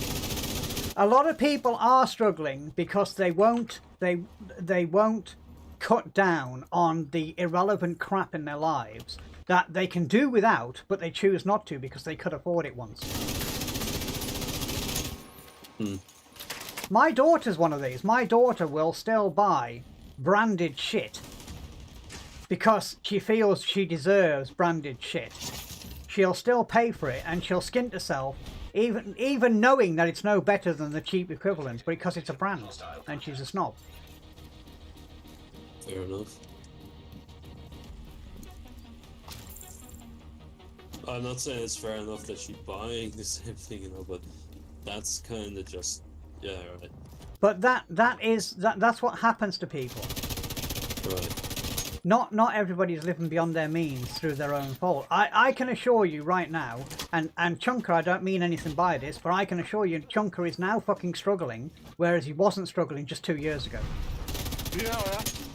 Because his income has stayed the same, but everything else around him has fucking doubled and tripled. So he's now paying out 2 or 3 times as much, and right now he's having a bit of a struggle. I mean, I'm keeping myself above water, but that's because I've cut down on certain things that I don't need anymore. Like, for argument's sake, I used to run... when the electric bills went up, and everybody else's electric bills went up by 4 times, mine actually went down. And the reason it went down was because I started to turn everything off. And I mean turn everything off. My Unreal Tournament server, which has been running for more than 20 years, got turned off. The machine got turned off. My monitors, I stopped running all the monitors I used to run, and I reduced it down. My computer would normally run 24/7, and now it only runs when needed. So my electric bills actually went down, but not because the bill's going down, because my electricity, my tick over in my house used to be a constant 1200 watts when I was doing, just because I had everything turned on all the time. So I was using 1200 watts constantly, and when I turned everything off, I reduced that 1200 watts down to 280 watts when I'm not using the computer. So during the day, while I was at work, instead of the house running 1200 watts like all the time while I was at work, the house got reduced down to less than 200 watts. So I effectively cut down my electricity usage, so my bills came down. But if I'd have cut down the electricity usage before that, my bills would have been fucking pennies. I mean, I remember Chunk paying, what, £25 a month for his electric or something like that? Yep. And at the same time, I was paying 160. But I could have been paying 25 quid. Yeah. You see, that didn't occur to me because I've always been... This is the way my parents raised me. They've always told me turn the lights off, turn everything off, you know?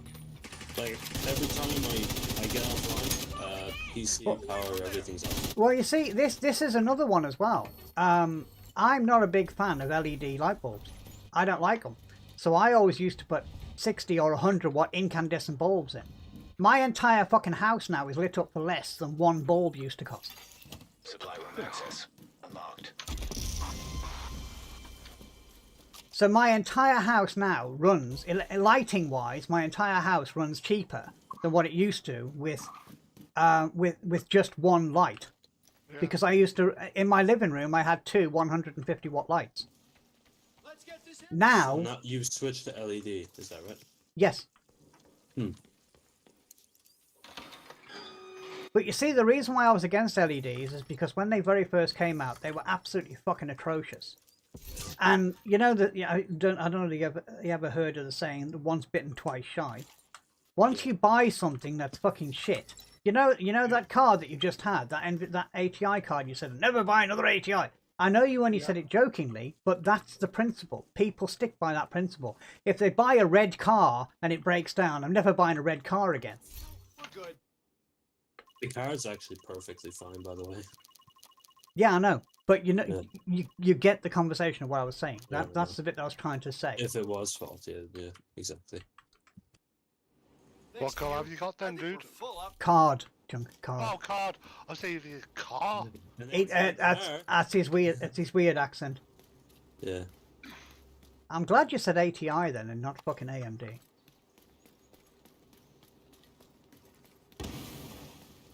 You know, I would be. I don't know. I honestly don't know. Yeah, I don't know what I was going to say there. But you see, I was very frugal. Not frugal, sorry. I was very blasé about the amount of electricity I use. ATI better. Well, ATI was the original one, and then AMD bought them out. And I will tell you now, ATI cards were never very good. He was sponsored by them. He was paid. No, I wasn't sponsored by ATI. I was sponsored by a local shop that supplied me with ATIs. Yeah. I mean, my other supplier of ATIs was Chunker's hand-me-downs. Yeah. Before I actually got sponsorship through a shop. My kind of guy. You see, you know when people go on and on now about how much power supplies and things like that cost? The AMD, I think it was the ATI 7100 card or something like that, or 7200 card, what they call the AVivo card, video in, video out. That card required a 700 watt power supply back in like 2001. And back then, they were really expensive. They're pennies by comparison now. ATI were the exact opposite of what they are now. Now they're power efficient and shit and cost effective. And Nvidia's more power efficient than ATI are. But they're kind of, well, so they've always been less power efficient. You see, I was under the impression that... No. Nvidia were more power efficient than what ATI were. ATI used to use power, a lot more power. Yeah, but ATI have now come a lot closer. They used to be astronomically different, but they've now come a lot closer. But you see, when ATI came out with a new card, and it's kind of difficult to explain, but when ATI came out with a new card, it was usually right on the edge of what was available at the time. It was the fight between the two wasn't the way it is now, where Nvidia's top card always wins. It didn't used to. Yeah. You know, that never used to be the case. It used to be the case that like an Nvidia card came out and it was a piece of shit. Then an ATI card came out that wasn't so much a piece of shit. But I mean, every flagship Nvidia card came out was fucking terrible. And I think, to be honest, I think that's still true today. Every flagship NVIDIA. Every flagship NVIDIA card has been fucking terrible. So like the 2080 Ti type things. That wasn't the flagship. The flagship was the 2080. The Ti was made afterwards. Okay. If you look at the 4090, what's the 4090 famous for? What is the 4090 famous for? Catching fucking fire. That's what it's famous for. It's melting connectors that aren't put on properly. Because they use cheap ass connectors instead of proper Molex ones. And if you don't push them together properly, they get hot and they melt the connector. That's what the 4090 was dangerous for. It's what the 3090 was also a problem with. 3090s used to burn up on their own anyway. Was that an issue with the card itself, or just the way people connected the motherboard? Are you referring to the connector? Yeah, I thought you were talking about. Right. Okay. I was talking about the connector, and you are right to question that. But as I do this shit for a living professionally, as in with connectors and cables and things, right. Yes, it was the case that the end user was not fully seating the connector when plugged in. However, the instructions wouldn't have said push it until it clicks and then push it even fucking harder. The instructions would have said push this into here, and when the connector clicks, it's fitted. It wouldn't even said that little bit about when it clicks, but you know when it clicks, it's fitted, right? Yeah. That's how a connector works. But the fact was they used connectors that even though they had actually clicked into place, they weren't electronically connected correctly. Shit. That's you know, you expect a better, more, like, less cost-cutting measures when you buy something. The more expensive the thing is, the more cost-cutting that's on it. Yep. You see, that's the exact opposite of what I think. Yes, because you think I'm paying more for a premium package, it's going to be better quality. The design is better, the system is better, but it doesn't necessarily have better connections. And the reason why they give you that thing for that money instead of an extra $150 is because they put cheap-ass connectors on it. So why the fuck, if it's going to be that top tier, why not just go fucking top tier, you know? Because their top tier is already overpriced. Their top tier, it has no justification whatsoever to be the money it is. None. There's no reason why those cards should be anywhere near the fucking cost that they are. So mid-range is just the best option. The best option is usually 2 down from top. Okay. Or the previous generation's top. See, I was thinking once I get a job and I'm done second level education. See, I would be much happier now with a 3090 than I would be with a 4090. Because it's now got a more efficient pricing. And if there'd been real problems with connectors and things, they would have recalled it, and they'd have recoiled them, and they'd have fixed them.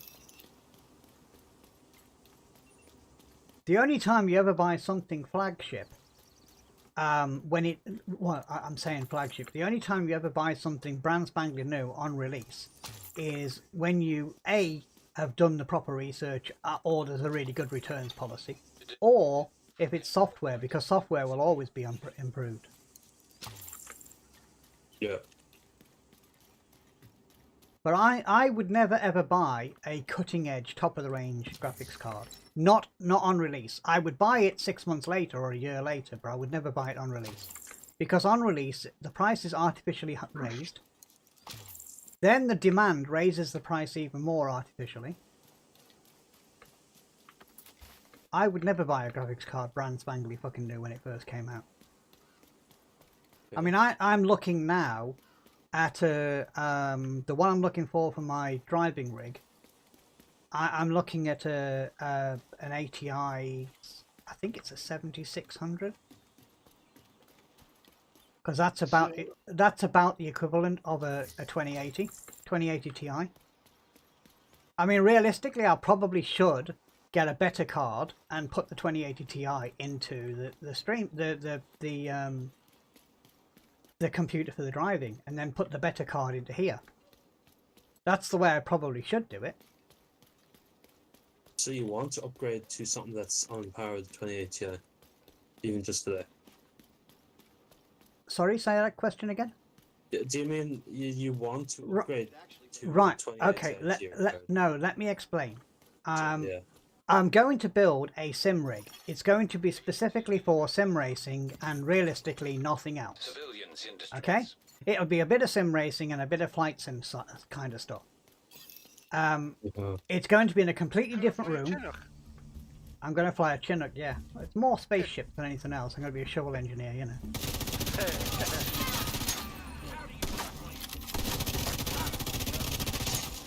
But it's going to be more for flight sim, driving sim, that kind of stuff. But it's going to be dedicated for gaming.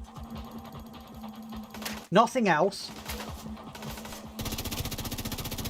I mean, there probably won't even be any recording done on it directly. Yeah.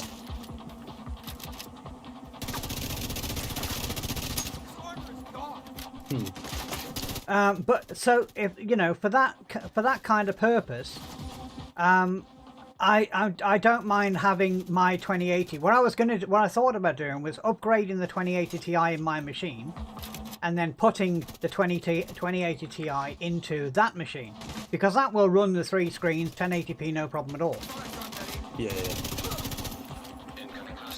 I mean, it'll be running 4 screens, but it's only going to be running 3. It's going to be running a triple gaming machine. But it's going to be running 2080 Ti, 1080p, nothing more than that. Maybe even 16:9.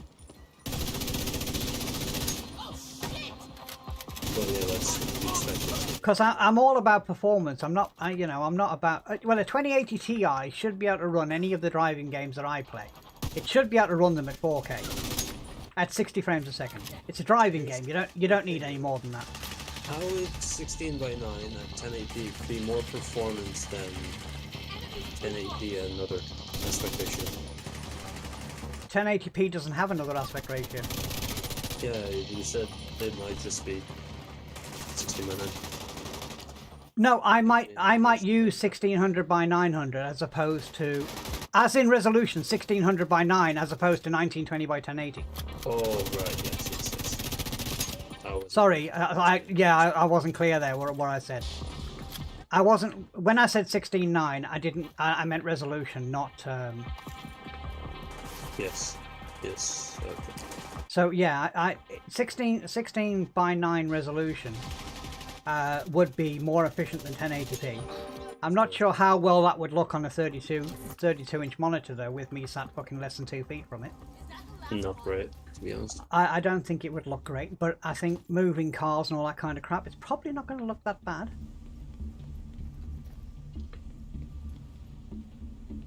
I mean, I could test it. I've run 1080p on a 50-inch screen, less than 2 feet from my face, and on the driving game, it didn't show me any. I couldn't see any individual pixels that I was concerned about. Okay. And that was on a 50-inch, 2 feet from my face. So it looks good enough, kind of. So I could, as I said, I could run the 3 40-inch TVs, but as I said, I've changed my mind and I'm gonna get some 32-inch monitors instead. My concern is input latency. My concern is always input latency, because even TVs in game mode don't have as good an input latency as any fucking basic monitor. Yeah, any basic monitor. Any basic monitor will be better than a TV in game mode. I don't care what anybody fucking tries to tell me otherwise. Yeah. So the cheapest fucking cheap 1080p monitor, 60 Hz, would be better than any fucking TV you can possibly think of with input latency. Including 120 frames per second, 50-inch blah blah blah gaming mode, super QLED blah blah crap. And even better than that would be a fucking CRT. Oh yeah. And I'm not putting 3 of those fuckers together.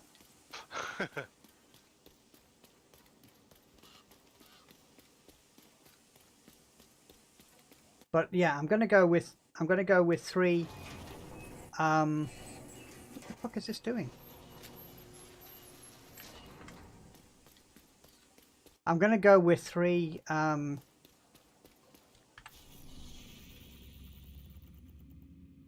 three 32-inch monitors, because I can get those for like 130 quid or something. 130 quid a piece, as opposed to 100 and I think it was 180 for the TVs. And 3 32s I think would be wide enough for my small room. What do you reckon, what do you reckon, Chunk? I mean, the 340s I can physically fit. The 340-inch I can physically fit. But when you set up triple screens, you have to put the angle between the individual angles for the triple screens has to be set correctly. Yeah. And if it's not set correctly, they'll never ever look right. They'll always look weirdly distorted. And if those angles are slightly too large, I won't actually fit 40-inch TVs in that room. Yeah. So I thought 32s gives me more scope, because I can have them as a wraparound for the driving. But if I was doing like a more of a flight simmy kind of thing, like a spaceship flight sim thing, then I could probably have them set up so they were wider than they are wrapped around. So it's just a really wide screen. I mean, could you imagine playing Call of Duty with 3 1080p monitors side by side, that wide? No. How much more would you be able to fucking see that other people can't? But yeah, I know you, but I would play like that way. Ah, you bastard. Would you play on a curved monitor, like an ultra wide? I don't know. I've never used a curved monitor, so I can't say. You use one on my driving rig. That was a curved monitor. I honestly still don't know. Okay. It's only been a few Yeah. goes on it, so I can't make a informed decision. Yeah. Yeah. I mean, for me personally, I would love to play. I do enjoy playing on the wide. As I was saying earlier to Prodigal, I like the wide screen. I put it in place of my main gaming screen. I put the wide one in place. The reason I took it back out was because the 4K was a little bit too demanding, and it was physically too tall. I needed to make the monitor lower. Yeah. That was the reason why I put the other one back in. Otherwise, I was quite happy playing with it, because it's the thing I like about it is it adds questions. It makes people question things. Because if I'm playing on the ultra wide monitor and I'm playing Call of Duty, I'm only streaming 1080p, so you're only getting the central area of the screen. Yeah. Okay, so you can't see my minimap. I can see my minimap, and I can see people on my screen that you can't, because you're not getting the full width on the screen.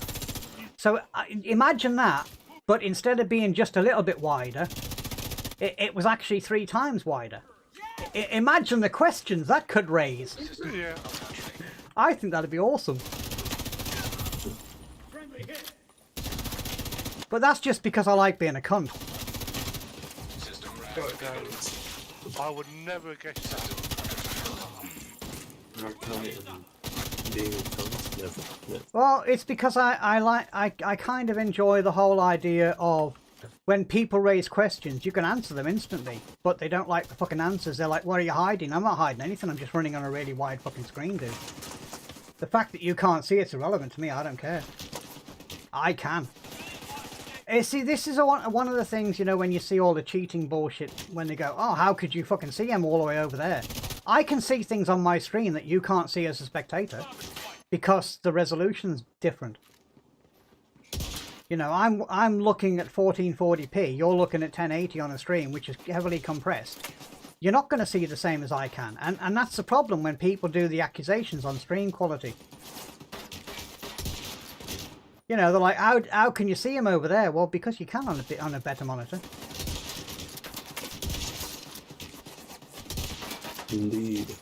And that's what I mean. I like having that controversial questioning kind of thing. I think it's fun.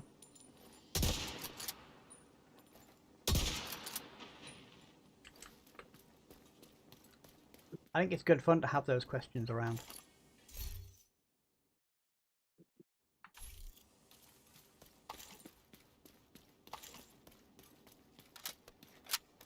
I don't care. I think Arco's a hacker anyway. Sorry? I don't care. I think Arco's a hacker anyway. Do you? Oh, okay. I could ask you one question. What's that? And I require you to answer said question to create no shadow of a doubt. How can I absolutely prove to you that I'm not? No, you just are. I just know you are. I'm just fucking with you, man. I don't care. I know, but that's the question. How can you categorically prove to somebody that you're not? It's something you can't fucking prove. They just, all they have to do is make an accusation, and that's it. Sticks like mud, you're a cheat, and everybody knows you're a cheat because somebody said so, but you can't prove your innocence, because no matter what you do, they'll always go, oh yeah, but you could possibly do this, you could possibly do that. And I'm like, do you actually know you can do that? Or are you just guessing at anything to clutch at straws because your minions will believe you? Our minions.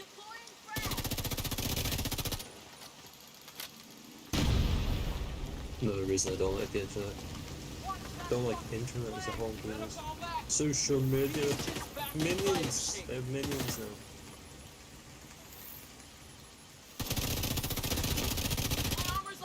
But those, unfortunately, those are the truth of the matter is you can't prove your innocence. But you see, here's the thing. You don't have to prove your innocence. Somebody has to prove you're guilty. And by sending out wild accusations like that, is that not called a defamation of character? Is that not called slander? Innocent until proven guilty. Unless it's to do with the Inland Revenue, and then you have to prove your innocence. Well, yeah. But you see, I understand, you know, I understand where people come from when they say, but we should have the right to accuse. No, you should have the right to question. Accusation and questioning are very different. However, the way you ask a question could be construed as an accusation.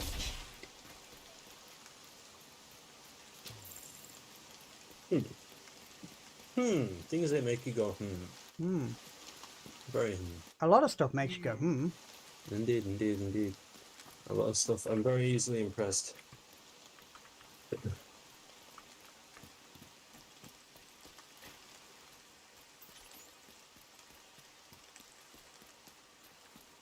AT4. What the fuck is going on here? What do I have to go to?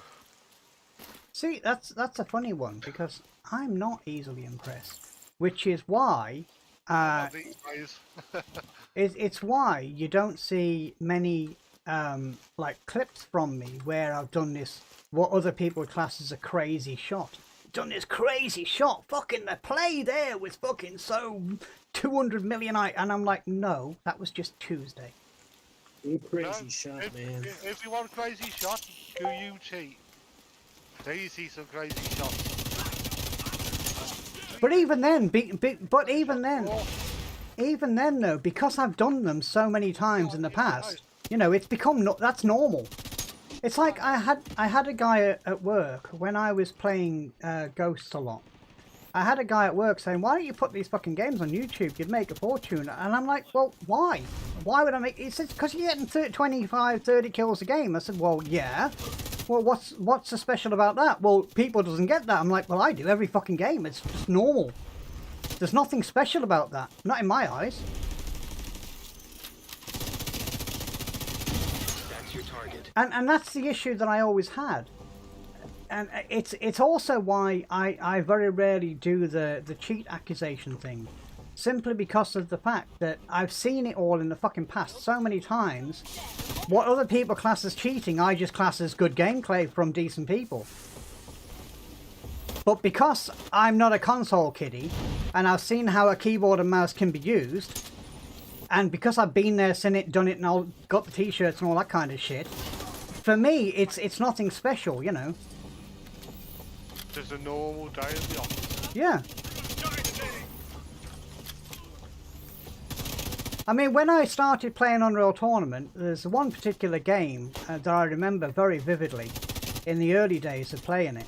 And we were on that map pyramid, which is three stack platforms, and low gravity, and you were in like a water medium, so you were like swimming around as opposed to running. Yeah. Yeah. And there was a guy in there that was killing us on spawn constantly, myself and Five. He's killing us on spawn, and we were both convinced that he was cheating because he knew exactly where we were. And then once I learned how to play the game, I'm like, no, he just knew where the fucking spawns were. And he just knew by positioning himself in a certain position, I'm likely to spawn in this certain position. Yeah. I mean, Morpheus springs to mind. Oh, fuck off.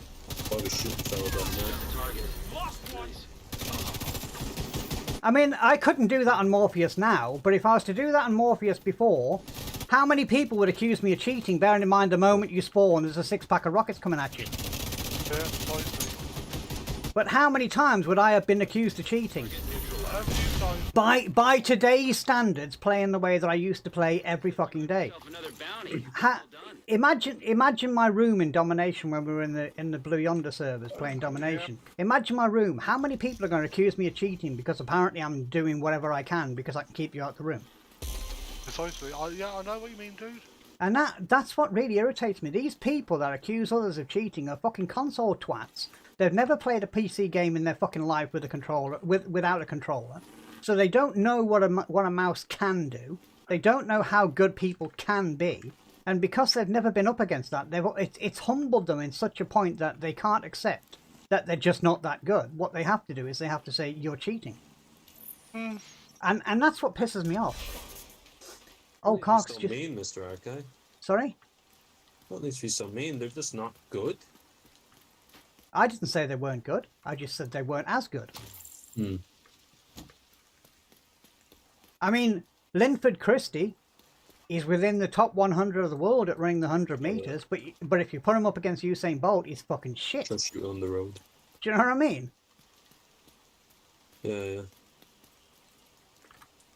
So being good at something is relative to the people around you.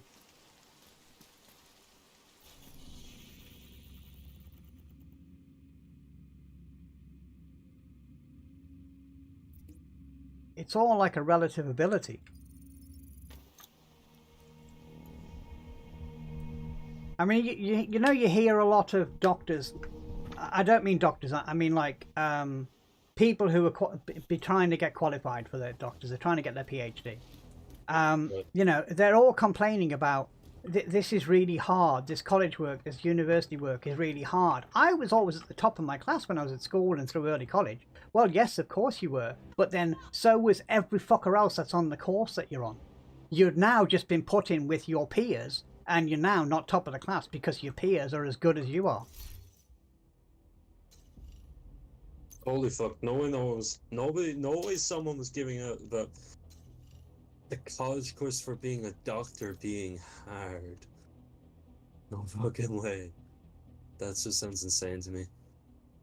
Well, I'll tell you what. It's supposed to be. You're meant to be a fucking doctor, man. Somebody who goes to university to do a mechanical engineering degree goes through so much more education than any fucking doctor that's ever lived. That may be true. No, it's absolutely true. I've seen the caseload for both. The caseload for a fucking doctor is like a walk in the park for a fucking engineer. I mean, if you want to be a real doctor, be a fucking vet. Because then you have to learn the anatomy of all the animals and not just one.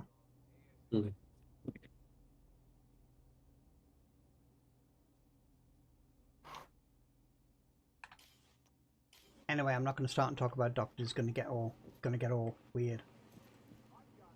Can't talk about doctors. Why is that? Because they're all constantly fucking striking because they don't get paid enough. These aren't even the same doctors that won't see you because they're too scared to come out their fucking caves. Yeah.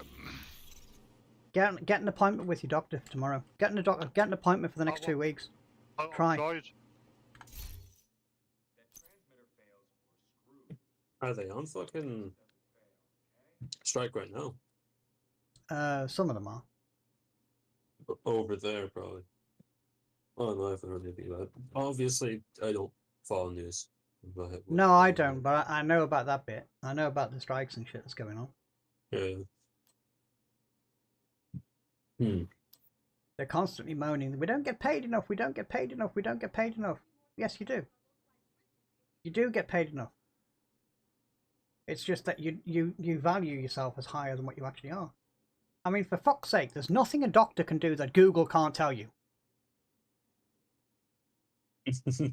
If you could honestly, a doctor can be replaced by a database. These are your symptoms. If you accurately put in the data for your symptoms, out would pop what's wrong with you. Because a doctor, the first thing they do, what's wrong with you? Blah, blah, blah, blah, blah, blah, blah, blah, blah. Then they Google a fucking answer. Yep, and here you are. Take a half aspirin and call you tomorrow. Last time I looked up my symptoms on Google, it told me I had cancer. They always tell you you've got fucking cancer. Google, though.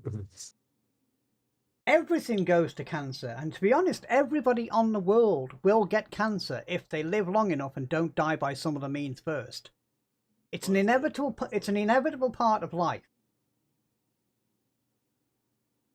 I've heard you say that before, yeah,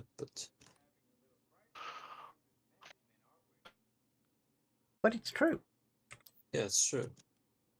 If you live long enough, you will get cancer.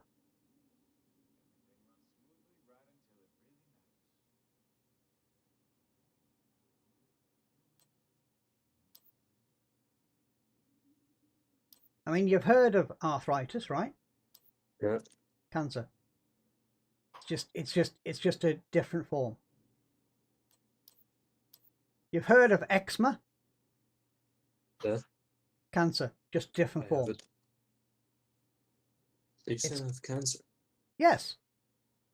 God damn. Eczema, like psoriasis and like a lot of other skin disorders, are the cells of your skin reproducing at an abnormal rate, which means cancer. That's what it is. That's what cancer is. It's the cells in your body that reproduce at an abnormal rate, and they don't, and they're very slightly different to the ones that they're replacing. That's all. Cancer is very, very simple. You can't get rid of it. That's the problem. Yeah. You can, however, cure AIDS. Yeah. Sorry. Let me rephrase that. Oh, You can cure cancer with AIDS, with HIV, because that's what HIV is. It's a developed cancer cure that got out of control. Of course, I have no evidence of that, but if you have a look at what one of them does and then you have a look at what the other one does, they're exact opposites. Right.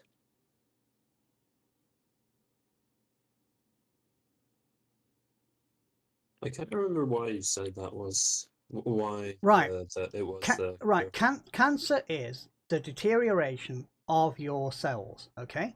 So when they reproduce, they have abnormalities. Right. Okay. I'm simplifying it a lot, but they have abnormalities. The way they stop cancer or slow it down or cure it, as they call it, is by killing off your immune system. Because if you take your immune system down to a certain point, your body will reproduce your immune system using the stem cells that's in your base of your spine, the base of your neck. Okay, those are pure cells. They never age. They are blank cells. They can reproduce anything perfectly. That's what chemotherapy does. It kills your immune system, so then your immune system rebuilds itself, but it rebuilds itself correctly. Okay, HIV kills your immune system. It's designed to do that. Now, it's very coincidental that we have this problem whereas we've got this nasty disease that fucks with your immune, that deteriorates your immune system, and the only way to reset it is by using severe chemicals which are dangerous to your body. But then all of a sudden, this little thing comes out in the air called HIV, and all of a sudden that has the exact opposite effect as what cancer does. Is that not coincidence? Is it also not coincidence that HIV was given to a girl in America who has no longer got cancer, but just has to live with HIV for the rest of her life, which is very easy these days? It's not easy, it's manageable. Well, that's easy then, isn't it? No. If you can do it, it's easy. Okay. But if that's your definition of easy, then yeah. Alright, fair enough. Holy fuck. Snipers in this game. Alright, fucking. But that's the whole point. That's my whole point of why I've always believed that HIV is actually a cure for cancer that they developed, and it got out into the world and created a lot of problems. And eventually it will be the biggest killer on the planet in time. It will kill more people than anything else. How is HIV transmitted again? Bodily fluids. Bodily fluids. Alright. Any bodily fluids. That's not nice.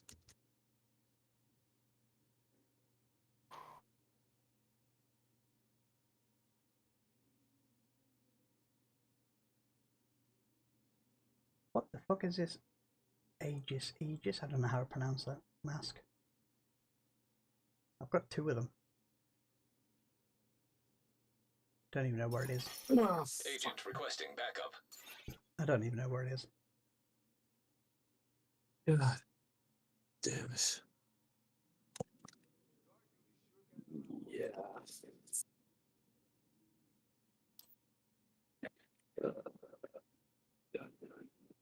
I just fired a rock and blew up myself and my teammate. Oh fuck. Chunker's pretty good at doing that with grenades. Oh yeah. He's fucking awesome at awesome at throwing grenades at a wall and bouncing them back at himself. Oh, fucking do right. Oh no, it's not a grenade, is it? It's that fucking flying thing in Call of Duty. Oh yeah. The flying drone. Yeah. That's fucking... No. It's like a breacher drone thing. It's called a breacher drone. It's fucking awesome. I think it's the best tool in the game personally. But Chunker has a habit of throwing it into the walls right in front of him. Yeah. Wonderful. Yeah, I'm gonna stay away from the demolition class in Sandstorm from now on. Holy fuck, that was bad. I keep doing that shit where I think I'm only good at it because I can kind of imagine, I can map an area with like a 3D map inside my head kind of thing, and I can understand it. I like splash damage, so I can wipe entire rooms out. But I keep doing, I keep underestimating this thing where I keep underestimating how wide its damage area explosives are. Okay. The explosives are themselves. So say I try to fire around the wall, I fire it straight into the fucking wall. No stealing. Or yeah, maybe I we used to have a weapon a bit like that in Unreal Tournament called the Redeemer, and people used to fly it around the map. And I could never fly it around the map accurately. I'd always run into a fucking wall or some shit like that. But the Redeemer is one of these things that it doesn't have to hit you. It has a great big blast area. Yeah. And I'm very good at being outside of its blast area by like 3 feet. But I'm also very good at, in all the years that I've played the game, I've never been killed by the Redeemer that somebody else was flying. You've always shot it out of the sky. Because I shoot it out of the sky. And when I play Division 2, people have also noticed the airborne grenades that come in, I shoot those fuckers out of the sky too. I'm guessing that's got something to do with it because it's human, it's predictable kind of thing, right? No, I just shoot them out of the sky. Instead of running away, like when somebody throws a grenade in Division 2, you see the grenade coming in. Once it's left the person's hand, it's on a fixed trajectory. It's really easy to do. The Redeemer, same deal in Unreal Tournament. The Redeemer is fairly static on a fixed trajectory. So although somebody's steering it, once they see you, they just steer it towards you, or you just shoot it out. It's on a predictable trajectory. The same as on a game, if somebody jumps off a wall and they're jumping down at the ground, that trajectory, once they leave the wall, they can't do anything about it. So that trajectory is really easy to follow. And this is why a lot of people get accused of fucking cheating, because they're shooting somebody while they're falling and tracking them perfectly. It ain't fucking hard. But it is hard with a controller. Or harder with a controller. So with a mouse, it's not that difficult to do that. It's not difficult to track something that's moving if it's moving at a constant rate. It's not difficult to do that.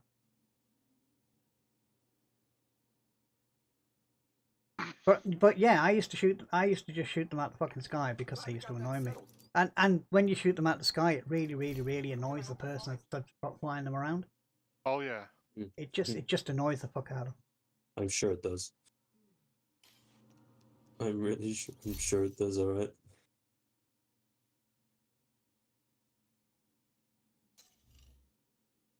Yeah, think of it, right? It's like fire this thing, you're like, oh, everybody should be dead. Fire this thing, I should be guaranteed a fucking kill really easy with this fucking thing. It's got a splash damage like it's a nuke. It should be really easy. And I'm like, pop, out it goes. See ya.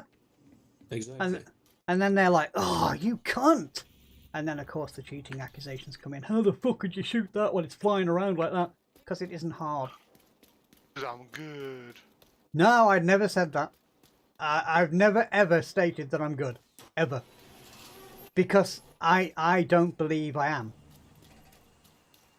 I believe I'm nothing more than average. In fact, sometimes below average. Civilians in danger. And that comes from the statement that I made earlier. If I can do it, anybody can do it. There's nothing special about me. I have no abilities. So if I can do it, anybody can do it.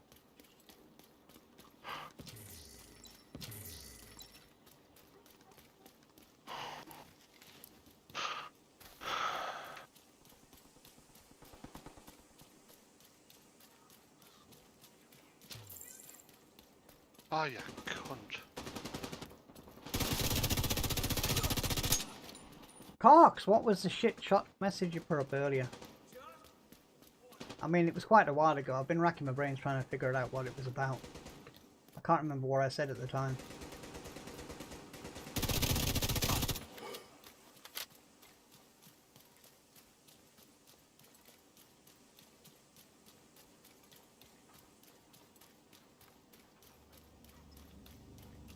Fuck's sake. You little fucking wanker. How you doing, COD again, Joe? Yeah. Have some of that, you little pisshead.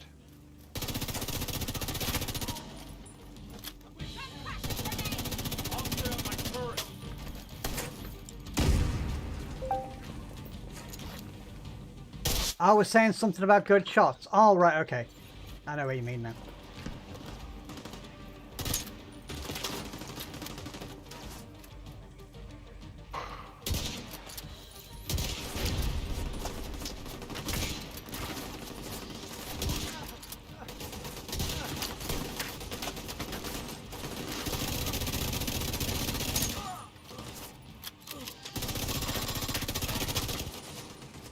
Well, got you off.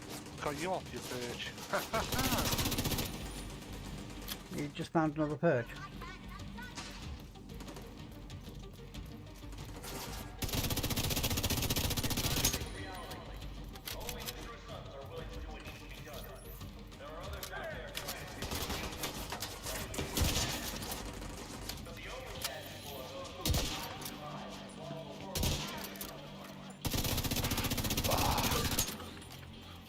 Fucking walked into that one. I don't believe that for a fucking second.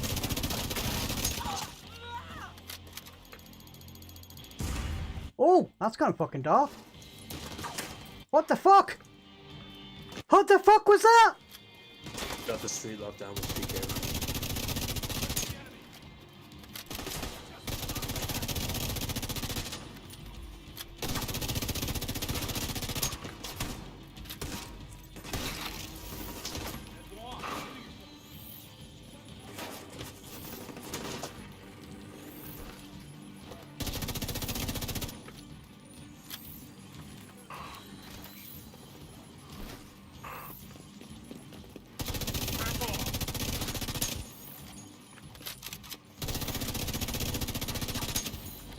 Get the majority of sites, yeah. Okay.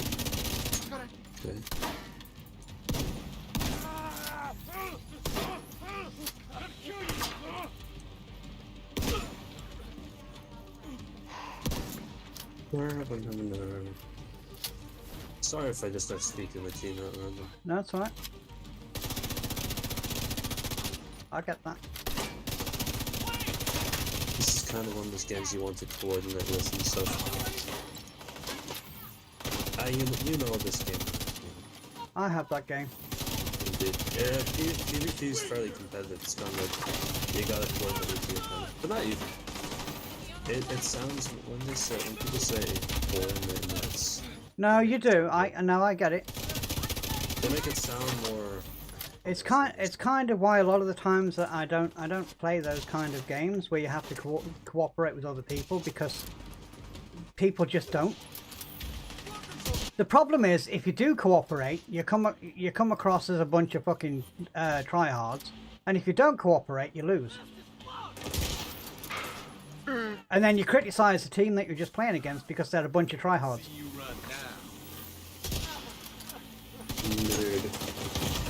Oh crap! Assistance needed. Cock-sucking motherfucker bitch. Agent down.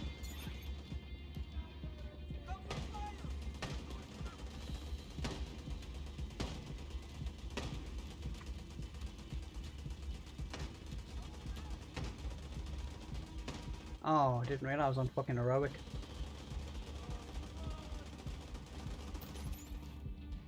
Kill these crazy fuckers.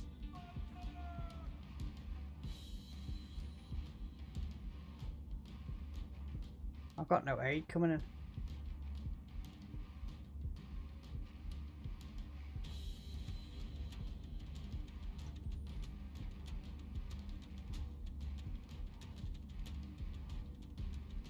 Somehow I'm playing on European servers and there's an Australian in here. That's mad. He's probably choosing to play there. Yeah, you can choose the servers. I wonder why you choose to play in Europe though. From Australia. Because it had players in there. No, this game has. I'm gonna have to give up. Excuse me. Agent vital signs. Why are you giving up? Because my people weren't coming to save me. They're still fucking 300 meters out. Holy fuck. Anchors. Oh my god. Is that Overwatch? I see Skywars playing. Oh my god. Cast plays starting. He plays Overwatch. He's really good at it. I heard Overwatch 2 was kind of shite though. It's not as good as Overwatch 1 in my opinion. But my opinion's probably wrong. The player base don't like it anyway. I feel as though they took too much out of the game and they changed the way that you have to play the game to try and force you to play. They were trying to force people to play certain classes that nobody wanted to play. I mean, basically, everybody wants to play a DPS. Incapacitating target. Right. Everybody wants to play DPS, so they now made it so you can't. DPS are the big tanky fellas, right? No. DPS is damage per second, so usually just shooters, as in not tank. So Soldier 76, for example. Right.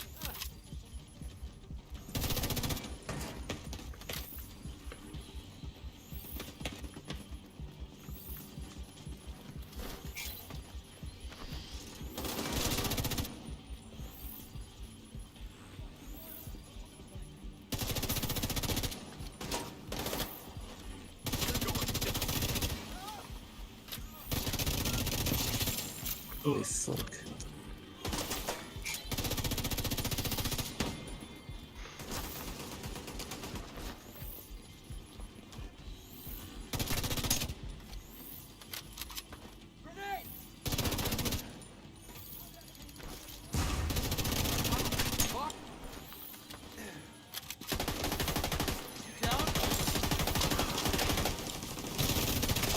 Some rockets, some shit. Oh, I don't have the Australian on my team anymore. He was really good at the game. It's quite a tragedy.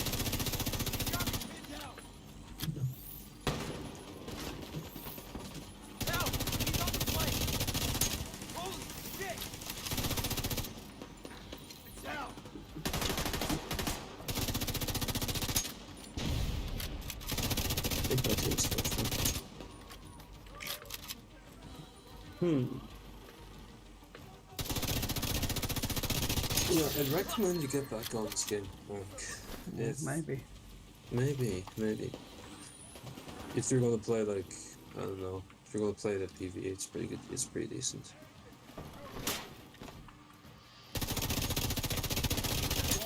I tried it on the console. It sucks. You bother buying it on the console? No, it was on Game Pass. Still haven't Game Pass. I don't know if it is now. It definitely was. It sucks. Even using keyboard and mouse sucked. Oh, you're a hacker. Hey? You're playing with that special thing. What? You mean the keyboard and mouse that the game supports fully? The gizmo. Oh, it supports keyboard and mouse on there. Yeah. I did not know that. I haven't used that gizmo for fucking years, I told you. I didn't know. That gizmo is a Zim. The Zim Nexus. I haven't used that. No, the Nexus is a controller. The last Zim device I had was the Zim Apex. Right there.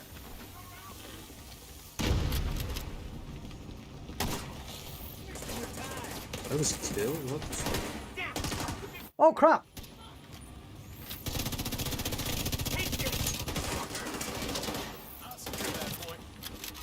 Was it in the game? Oh, balls! Spectacular. No, the game supports keyboard and mouse, that's why I tried it. Because I can't imagine for the fucking life of it a fucking controller working with that game. No. It wasn't. I'm gonna go down again. I presume. Agent incapacitated. Agent's dead. Agent deceased. Ah, I can't do heroics.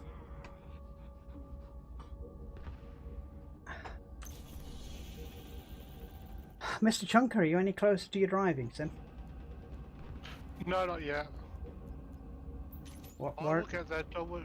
I'll get there. Don't worry. Are you actually attempting to get there? Yes, I am. Where are you so far? Got the frame made. Oh, that's awesome. Send me a picture. I've got no pictures of it. I'll do one later. I was going to say, you got a phone, haven't you? Click, click, click. Send picture. Awesome. Can't wait to see it.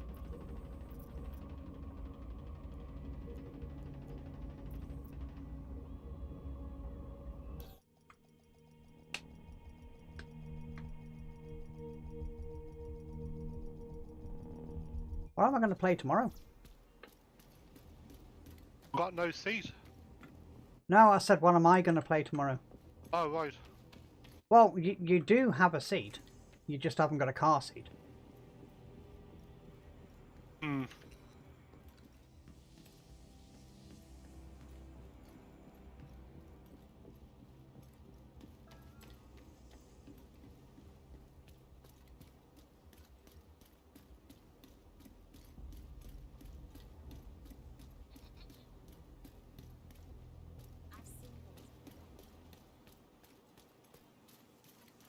I was thinking about buying another seat. Sorry? I was thinking about buying another seat.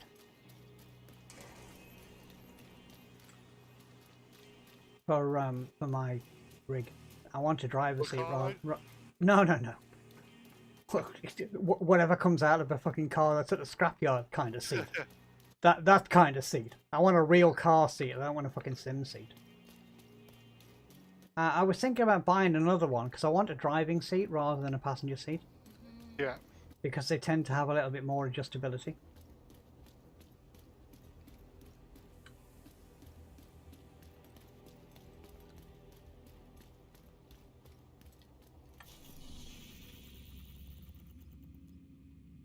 Oh, these flashbangs last way too fucking long.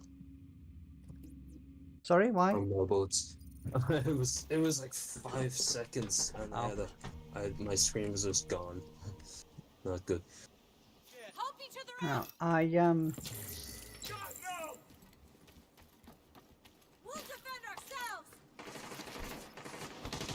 Yeah, so basically I was toying on the idea of getting another one. Because I want the slightly better adjustability of a driving seat as opposed to a passenger. Yeah. I did ask the guy over the road when I got my seat from him, when he gave me the seat, I did actually ask him for the driving seat, but he couldn't get that for me apparently. I'm gonna fucking die again.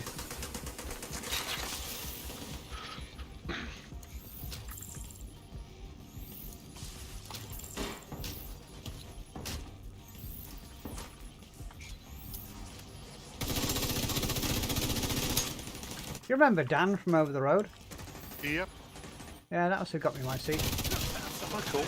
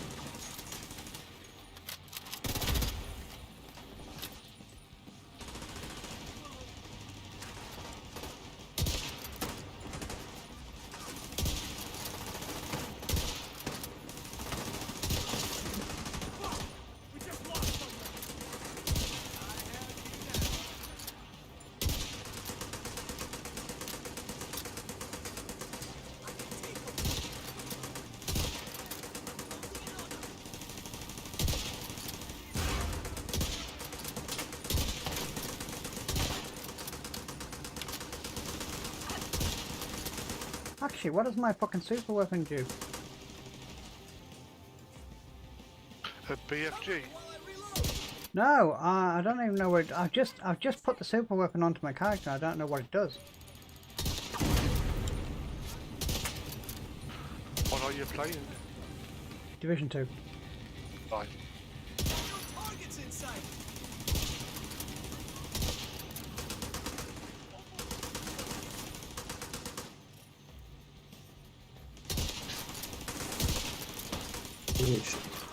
This game is stupid, and the matchmaking is terrible.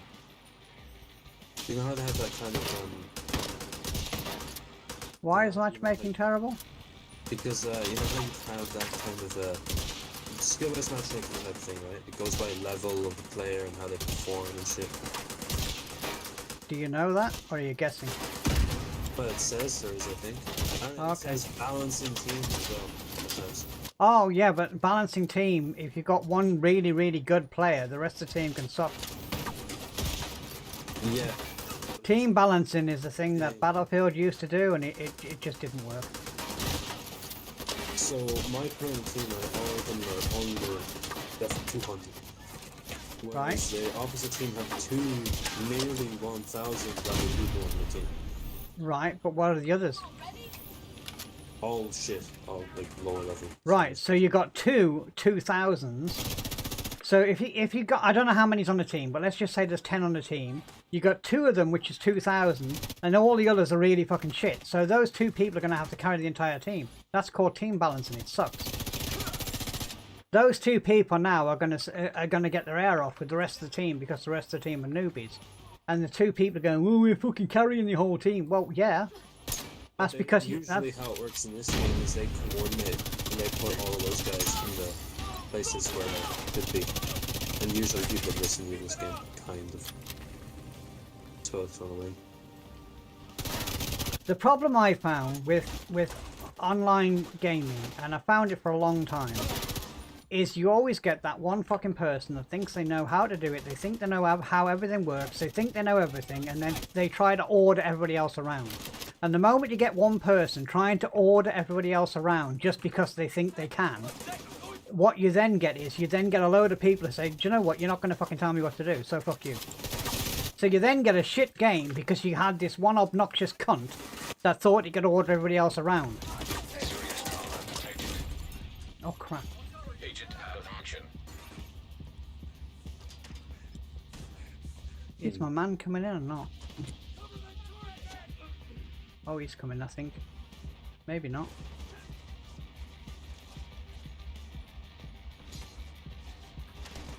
Why isn't my man coming to help me? Is he already fucking down?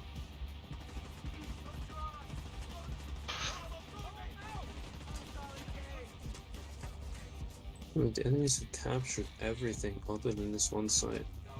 Holy shit. Am I not holding them? Fuck.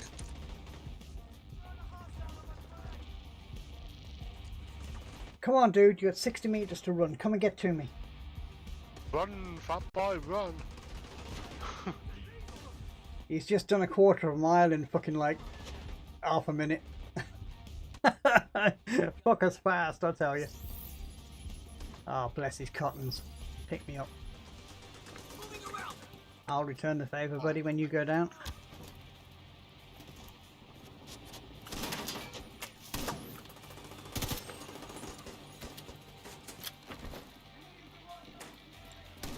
Shit, this sucks. The problem is, I'm on heroic. Because the game put the things up to heroic, and I don't have the weapons for heroic. Well, when you do certain things in the game, it puts your next capture points at a higher level. And I believe heroic is the highest level. And when he puts them at the higher levels, it's an increased and fun challenge. But if you don't have the weapons, you just can't do it. You weren't in cover.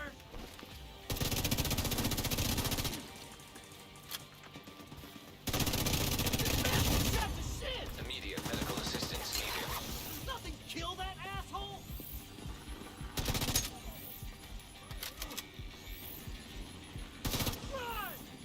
Yeah, the enemy team aren't great at all. Skills is supposed to be 5 minutes for shooting. Hostile detected. It seems as though you were right, Mr. Okay. As usual. Take her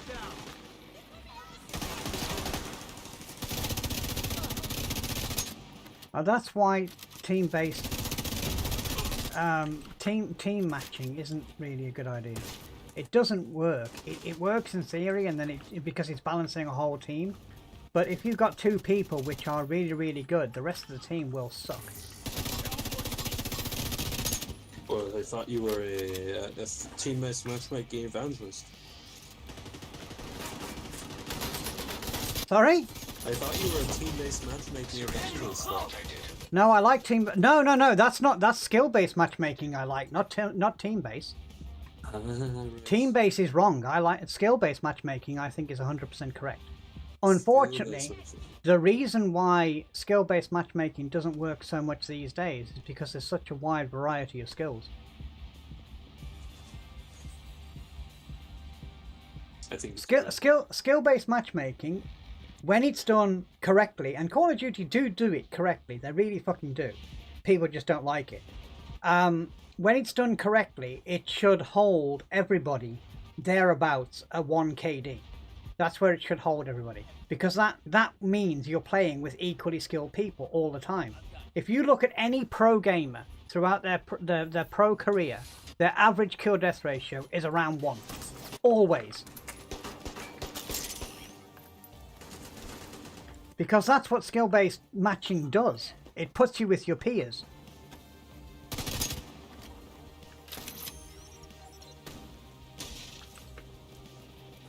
But you see, people don't want to play against equally skilled people. People want to play against fucking noobs. They can noob bash all day long and stay in the lobby noob bashing all day long. Yes, so they can get their YouTube clips. Exactly. That's what I was supposed to say. YouTube clips. The heckin' YouTube clips, great.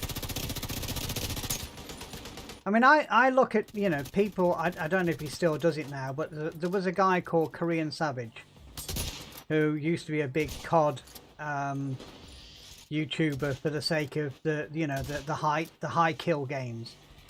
And I could see what he was doing, and I could see he was what we call lobby shopping. So he'd leave a match. So he'd go into a match, he'd look at the average level of the players, And if the average level was too high, he would skip the match and play and go into it, find another one. He would lobby shop constantly to find easy games. Or he would enter a game, not do brilliantly, then just he would leave the game and then find another one that was... So he would always find an easier game.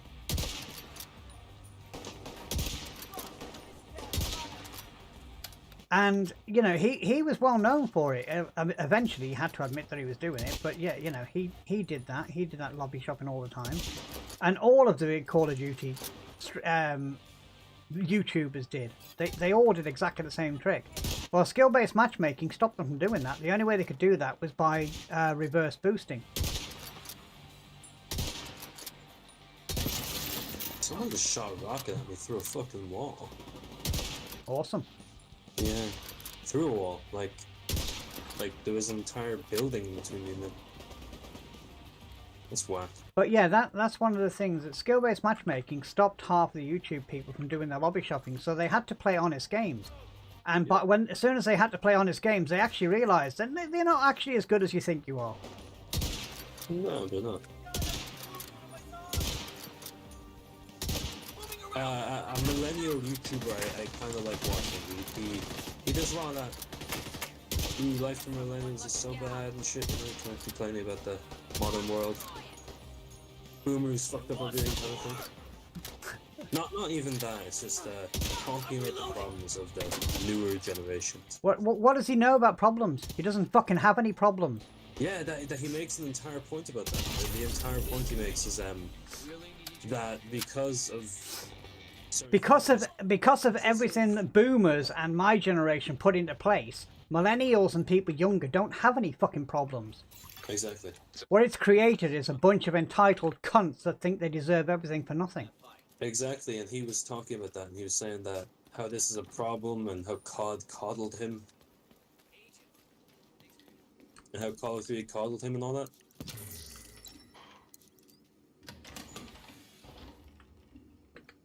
Oh, holy fuck. It's a bit aggravating to me when you hear shit like that.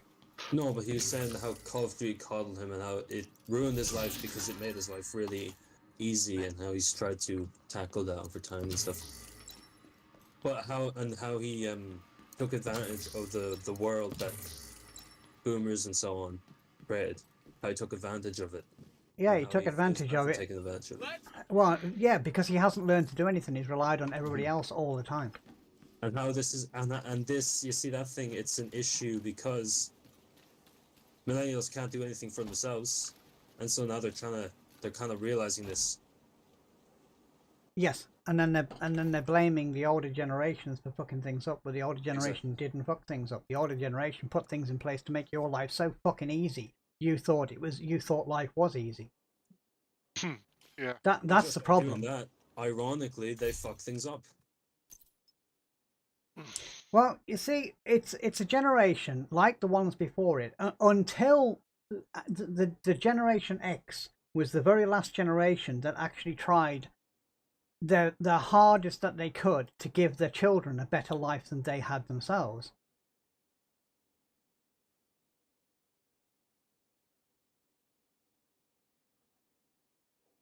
I mean, I did everything I could to give my daughter a better life than I had, and it's turned back on me now, and she's a fucking big ass snob.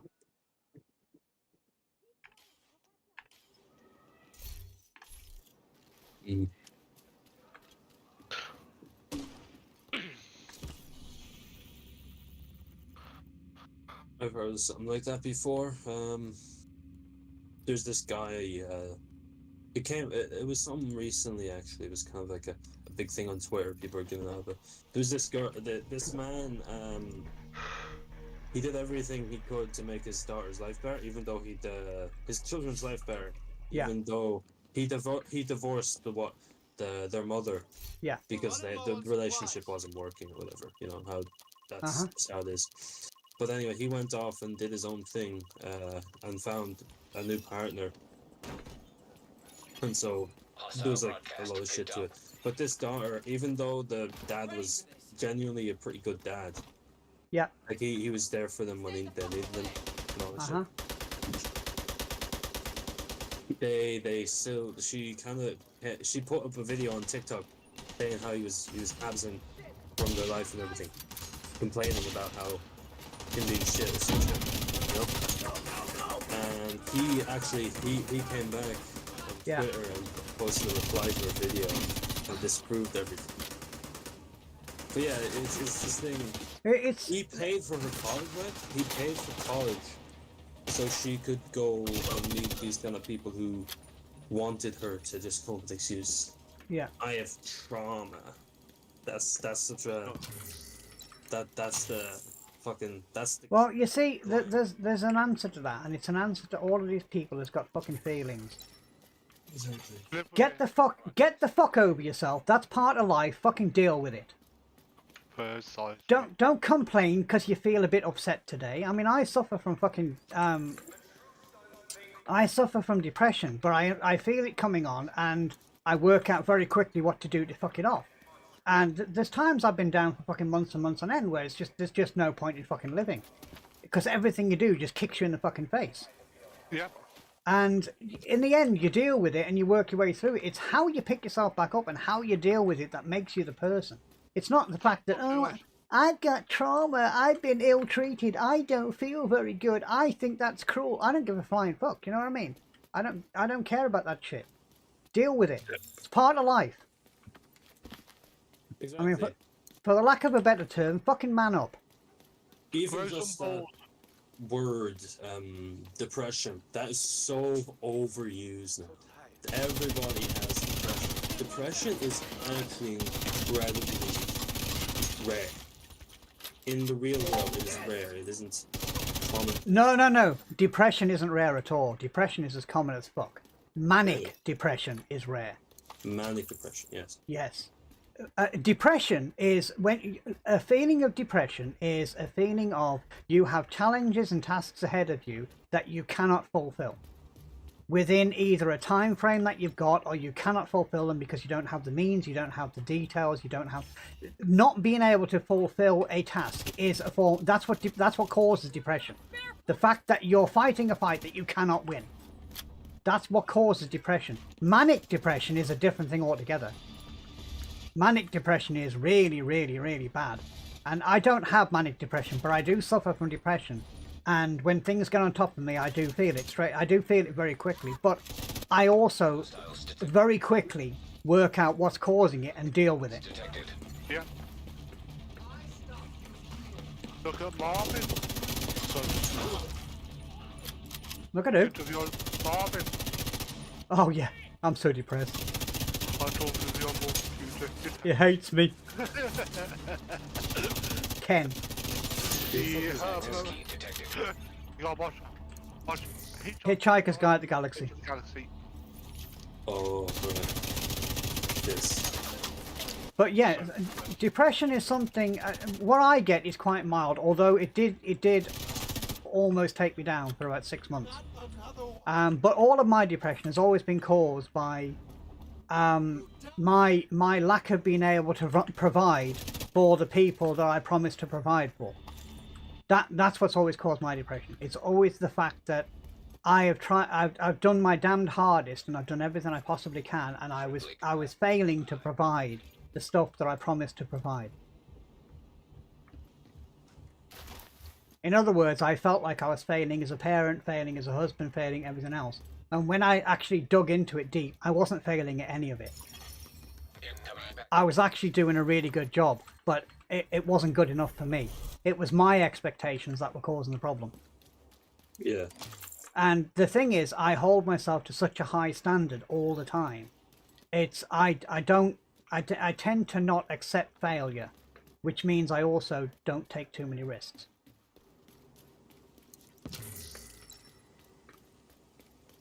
I was once asked by somebody, what are you afraid of? Because everybody's afraid of something, and the only fear in my life is failure. Oh yeah, I have that setting in now and then now, recently. Most recently as well. Just because of, I don't know, it's like fucking school, you know?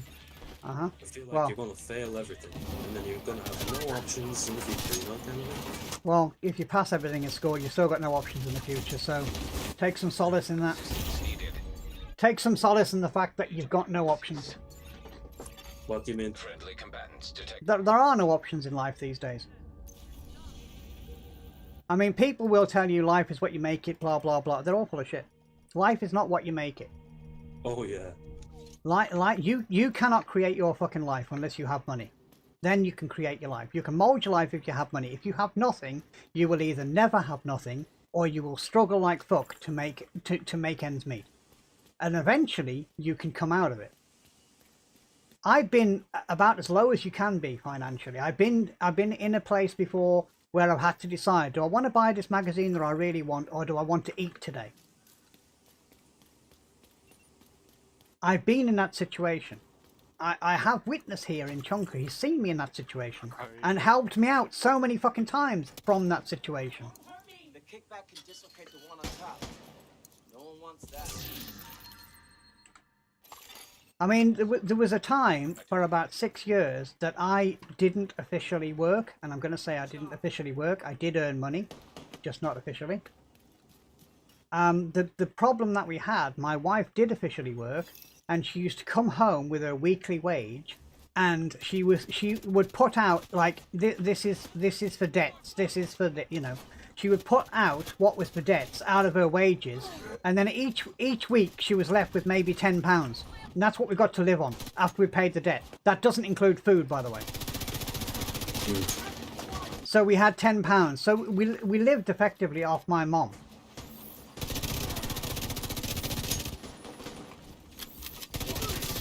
Now, right now, we're not too bad. We're kind of, we can survive. We have no luxury. It appears as though I seem to spend a lot of money on stuff. And I know how it looks that I seem to spend money on stuff, but I don't actually spend that much money if you look at the amount of hours and time I get out of it. Oh yeah, you said that before. You said that you use the finance options always on Amazon. Yes. Yeah.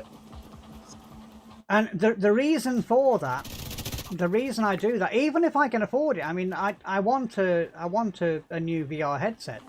I want the Oculus 3 thing, you know, the Meta Quest 3, and I'm perfectly happy to do the payment in 3. I can afford to pull the money out. It's not an issue to pull the money out in one go, and I can do it. But knowing my luck, what will happen is if I pull the money out in one go, something will happen that requires that money. Yeah. So what I do is I take the 3 payment option, which still allows me 2/3 of that amount of fucking money if anything catastrophic happens. At the moment, the catastrophic things that's happening is my daughter needing fucking money for things that she doesn't really need money for. Or shouldn't really need money for.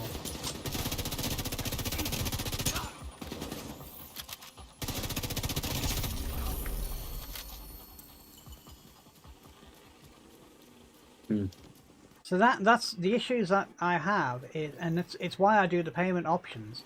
It's not a full credit deal or anything like that. I mean, and my credit rating is incredibly good.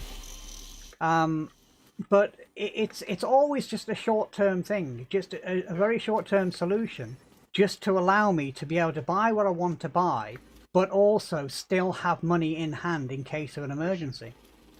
Yeah, that's what I'm going to start doing on Amazon. So I've done it for a long time now. Whenever there's an option to pay in 3, I usually take the option to pay in 3. I'm back in a second. I'll put shit on charge. God, I thought helicopters then. No. Not helicopters.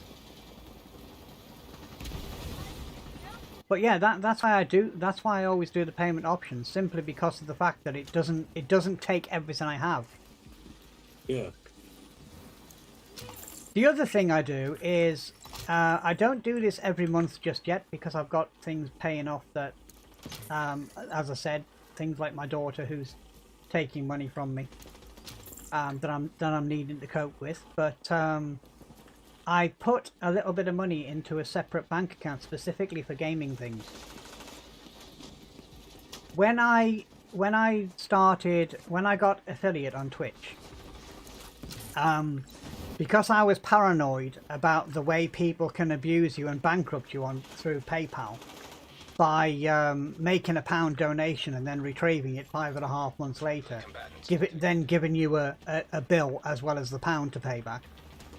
Because of the paranoia, I got the bank to set up a second account, and I set up a second bank account specifically for streaming money and gaming stuff, so I could never have a problem, whereas they would close down my main bank account. Because of apparently it's ridiculous how somebody can really easily bankrupt you by donating on stream. They can bankrupt you very, very quickly. So consequently, I set up a second bank account specifically for gaming, and I put a bit of money in it whenever I can. It used to be £50 a month, but I put a bit of money in it whenever I can, and it just sets it to one side, and that covers my gaming stuff. The money I used to get from the affiliation through Twitch for the couple of people that subscribed to me, that used to make me about £100 a year. Which the £100 a year would cover the cost of my Xbox subscription.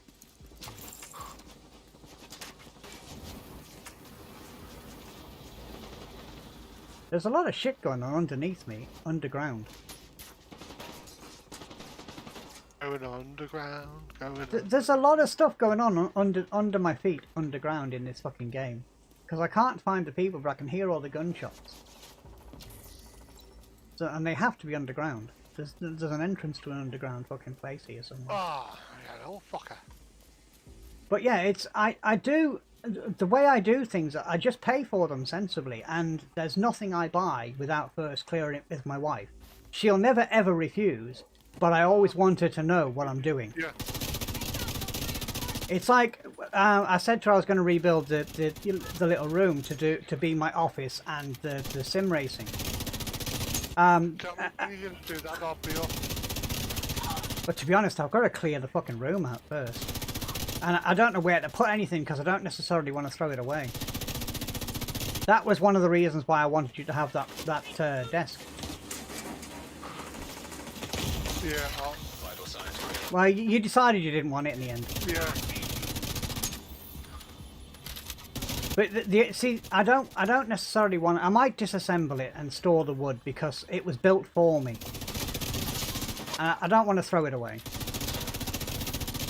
I mean, I could always utilize it in the room because there's got to be. Obviously, I've got to have a computer system in there.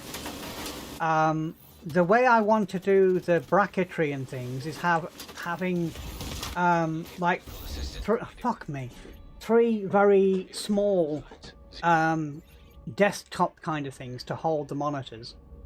Yeah. Like as if I was making a wooden bracket. Like as if I was making a bracket. I was going to go with the extruded alloy thing, but to be honest, I just can't fucking afford the extruded alloy. Not for monitors. It's going to be hard enough to do it for the actual thing itself. But even that, I'm going to have to design that and be very meticulous with the design because it just has to be done right. But when that will be going ahead, I've got to strip the room out first. Once I've stripped the room out, I then have to decorate it because it's the only chance I'm going to get. The decorating is going to be quite simple. It's going to be fucking paint on the walls, nothing else. Yeah, wasn't simple. Yeah, it'll just be simple paint on the wall. I'm going to have to strip the walls down first. I'm not going to do an overly clever job of stripping them down, but I'm going to strip the walls down and flat them off as little bit. If there's little tiny holes, I don't care. I'm not that fussed that it's going to be a fucking, a fucking perfect job kind of thing. All I'm fussed about is it needs to be stripped down to paper because I'm going to buy some of those acoustic foam block things. Yeah. To go on the walls instead of like wallpaper and stuff like that. So it needs to be a painted wall as opposed to wallpaper. Then I've got to arrange. I've got to build the driving rig first to see exactly what I've got space wise for bracketry. Yeah. to put the screens on that I don't have yet. And then, to be honest, I think I'll be doing a big old fucking car boot sale or something with half the monitors and stuff that I've got lying around that's doing nothing. Oh, you only 27 inches, I'd have them off, yeah. I probably got one. Definitely probably got one.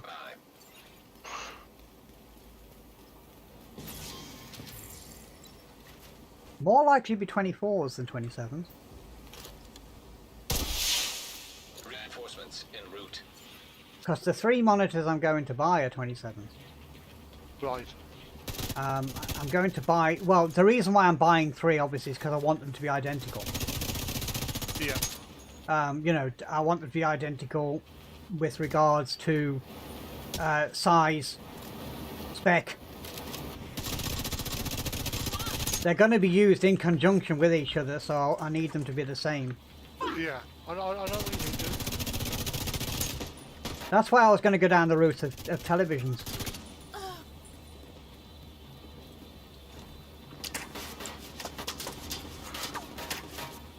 But my problem with televisions, as I said to Prodigal earlier, even the cheapest fucking monitor in the world will have a better input latency than a fucking television. Yeah. No matter how good the television is and all of its gaming mode and all that kind of shit. The best television in the world still won't be as good as a monitor. Even a cheap monitor.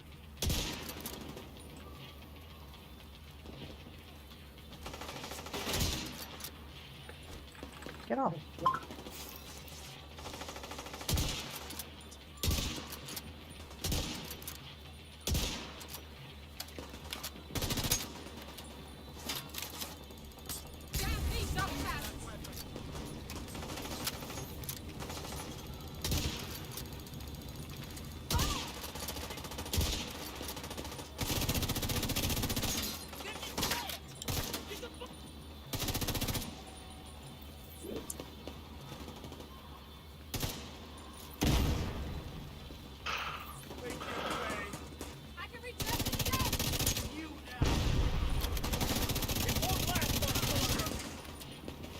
So yeah, it's just one of those things.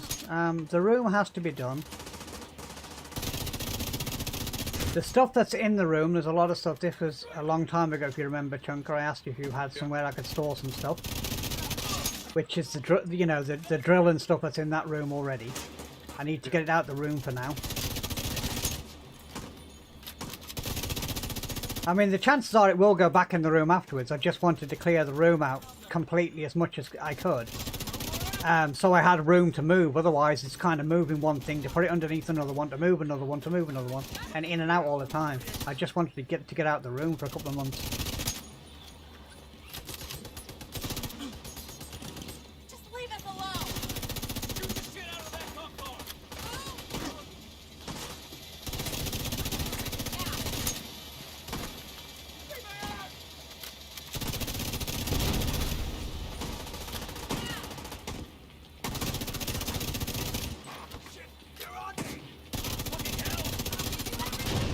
But yeah, it's I've got to get the stuff out of the room so I can actually get the room under thing. I mean, I've also got to set up the 2 3D printers. I mean, the Ender, I don't even know how to fucking set that one up, to be quite honest. I might have to call on Stuart for that. There's plenty of instructional videos out there somewhere. I don't know what software I need. Because of course my other printer's proprietary, isn't it? It's got its own software and everything. So I don't know what I need for the Ender. I don't have a clue what slicing software I need or whatever. And do I have to pay for it? Is it free? I think that's free. I know Stu said it is oh, it's called now.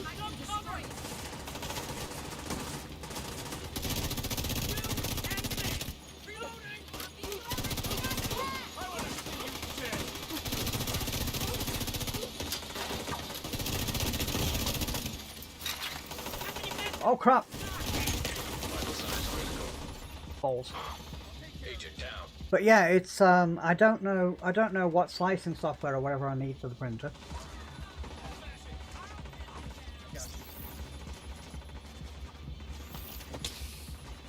But I've got to set up both printers because I'm gonna start and use them again. Yeah, cool. There's some little bits and pieces. It's like bracketry to do with the driving stuff, you know. It's. Yeah. I also want to make some stuff so I can help Sal out. Oh yeah, most definitely. Like things for opening stuff and. Yeah. I know exactly what you mean, dude. I'm kind of toying on the idea of trying to see if I can get the company to finance something. I mean, I can't see them ever doing it, but I'll do all the work myself on my own time. I've got no problem with doing that. If I come up with something that could be of any use to people, if it was mass produced. I'd like to hope that the company might help me out with the mass production side of things, like paying for tooling.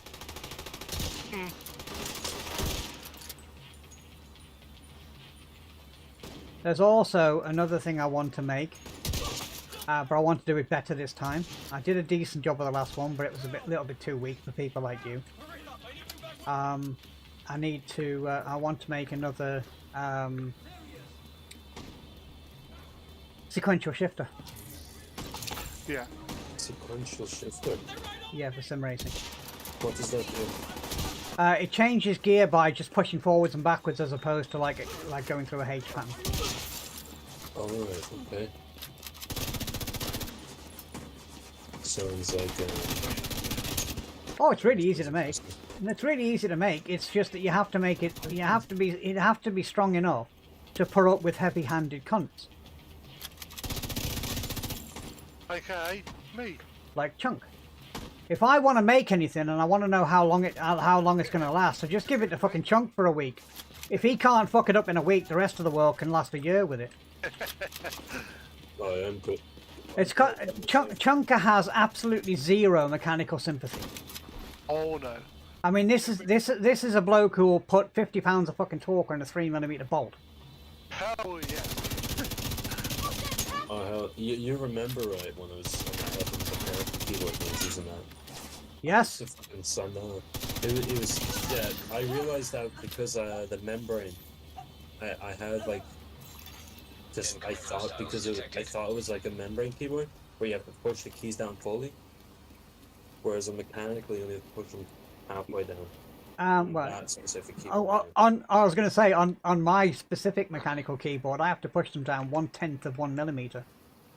I literally can blow on my keys, literally blow on them and activate them. Yeah, that's what I thought. Yeah, it was just muscle memory. But you see, I've got a membrane keyboard, which you do have to push the key all the way down, but the membrane keyboard is only fucking 65 grams. Yeah. So it's still no pressure to push it down, but you do have to push it home. Yeah, it was just the push it down thing anyway. I'm gonna get some new keycaps for that. Hopefully soon. Oh, I can tell you something interesting. What's that? Membrane keyboards, a lot of the time... Oh shit, I'm fucked, I'm dead. Membrane keyboards, a lot of the time, actually have to push less key movement than mechanicals. Yeah. Mechanical keys usually activate at about 3mm. Mechanical keyboards are quite often 2.5. Sorry, the other way around. Mechanicals are usually 3mm, maybe 3.5, and membrane keyboards are usually 2.5.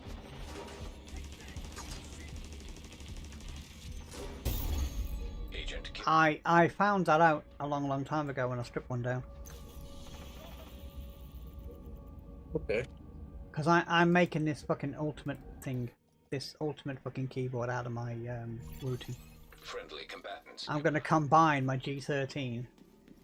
Which is a complete macro, 100% macro keyboard. I'm going to combine that with my routing. So I'll have a keyboard with 25 macro keys set over 3 banks. Oh.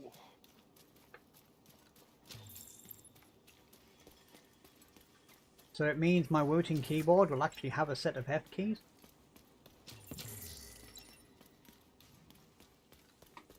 That's the main reason for doing it, because I want to set the fucking F keys, because I really miss the F keys.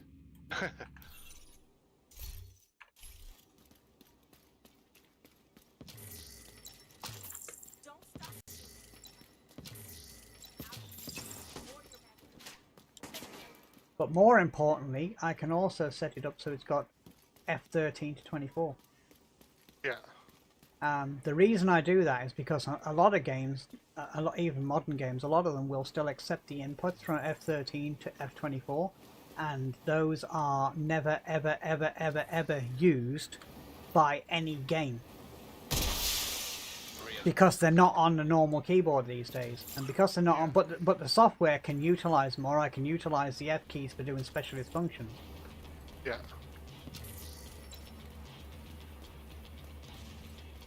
So it's very useful to have them. I mean, I did actually toy on the idea once of buying an old keyboard with them on there.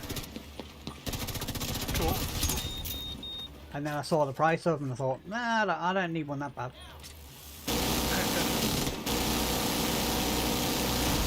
I mean, there are certain things which I, you know, there are certain old things that I don't mind paying money for. You know, I'd like to one of those old style membrane keyboards that's or the sound. I've got one. Yeah. When you say old style membrane keyboards have never changed. The ones that they're meant to replicate the original look and feel of them. The retro look you're looking for. Yeah. You mean with round keys? What do you mean? The type of key or the? I mean the shape of the physical key. You'll have to explain what you mean by replicate a retro keyboard when a membrane keyboard by default is a retro keyboard. Like one of those white keyboards. Really, are they all they're really just the same because they're. Yeah. I thought. Are you referring to like an IBM keyboard? Yeah, like the look. Yeah, those weren't membrane; they were mechanical. See, this is the whole thing. Old keyboards, original old keyboards, were mechanical. All of them. All of them were mechanical. And then membrane was made afterwards to keep costs down. The original IBM keyboards, the very famous IBM keyboard, that was a mechanical keyboard. It wasn't mechanical in the same way as they are today, but it was a mechanical keyboard.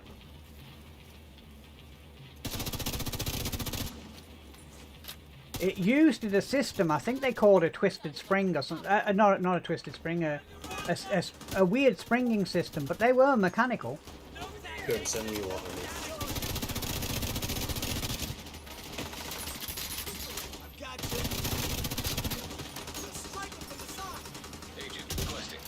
I'm not sure what that is. It's just, or there's like these bamboo or wooden membrane keyboards that you can buy. Hang on, I'll look in a bit.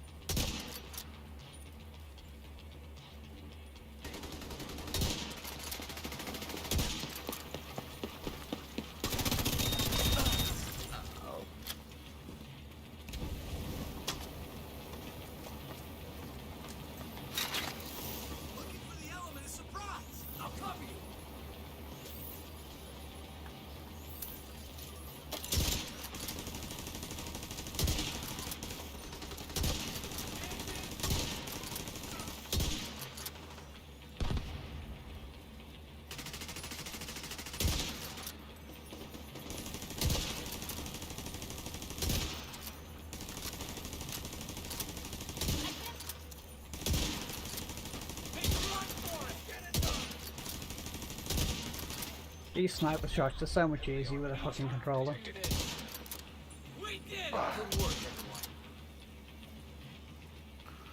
Well, that's me for tonight.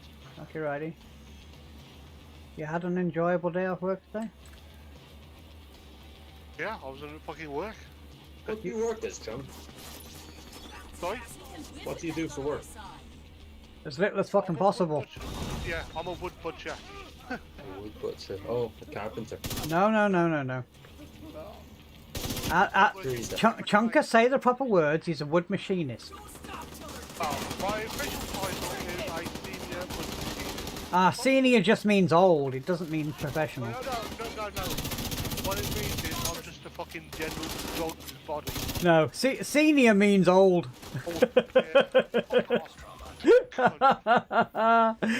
Because when my new boss came into our job, he says, "Well, I'm trying to get everybody proper titles.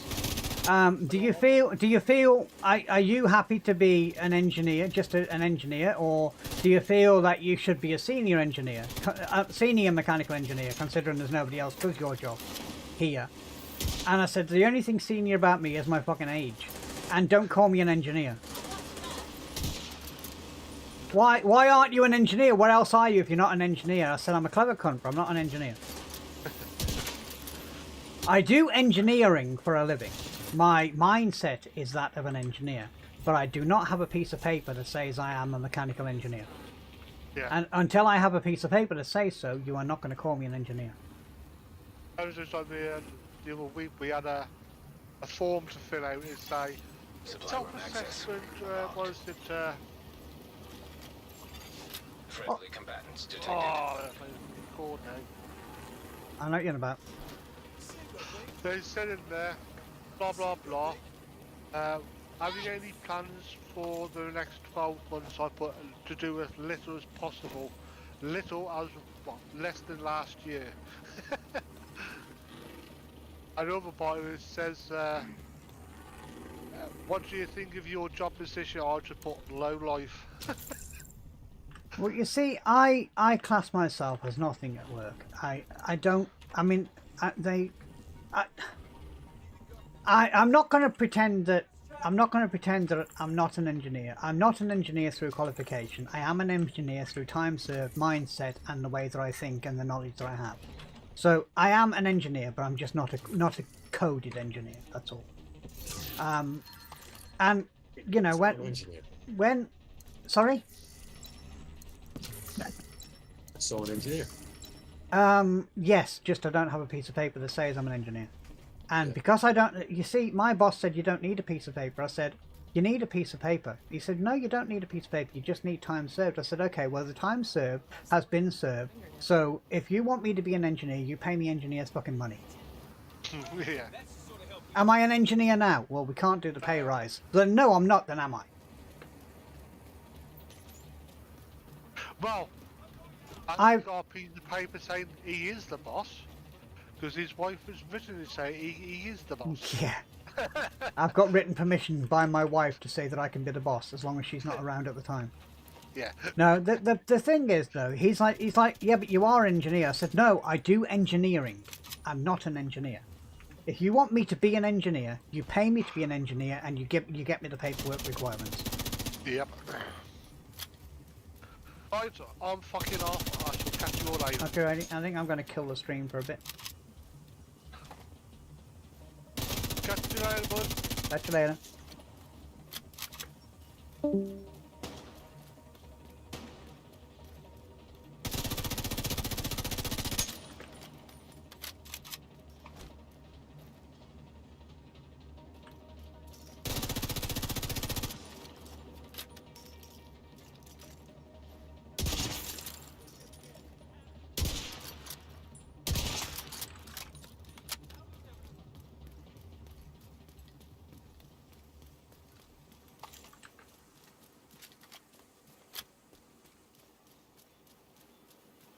I want to go back on my driving game, but my wife won't let me.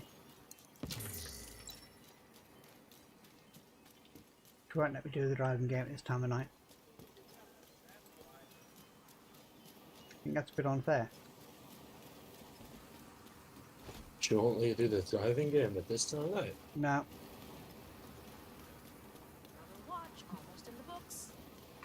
No, how do you? I think, yeah, that's right. I said I think it's a bit unfair. No, she won't let me do it. She what it is the to make the steering wheel stable. It's on a frame, but the frame itself is very cheap and it's quite flexible. So the frame itself is bolted to the desk. Now the desk is bolted to a concrete wall in the house. So any little tiny vibrations that go through the wheel, you can feel them through the wall and you can hear them through the wall of the house. And it creates a lot of noise. And she's not bothered about the fact that she can hear it. She's bothered about the fact that the neighbours can hear it. The one that's directly attached to me. I mean, bearing in mind the bloke's been fucking drilling, grinding, hammering, and God knows what all day fucking long. Every day that he's not at work, he's doing it. We have to put up with that shit, but he, you know, but he does stop that before 10 o'clock at night most times. What the fuck is he doing? Home decorating. He just decorates constantly. He's constantly doing things in his house. It's never stopped for the 4 or 5 years he's fucking lived there.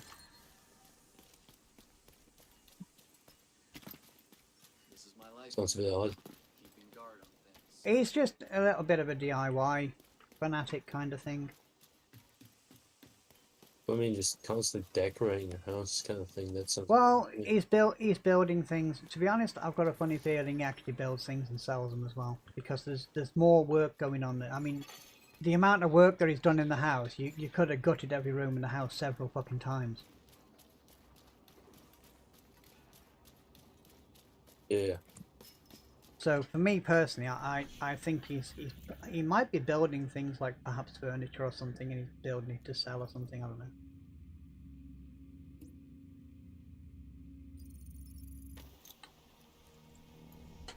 But yes, unfortunately, I'm not allowed to do driving late of the night. The other thing is this: I've got a haptic seat.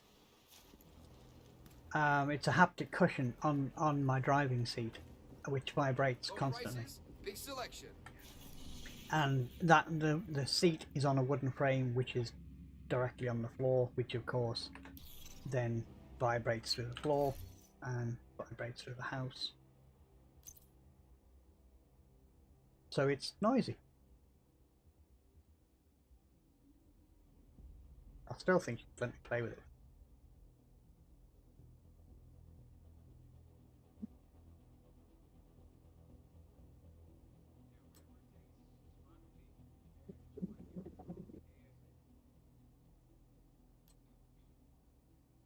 I think you should let me play.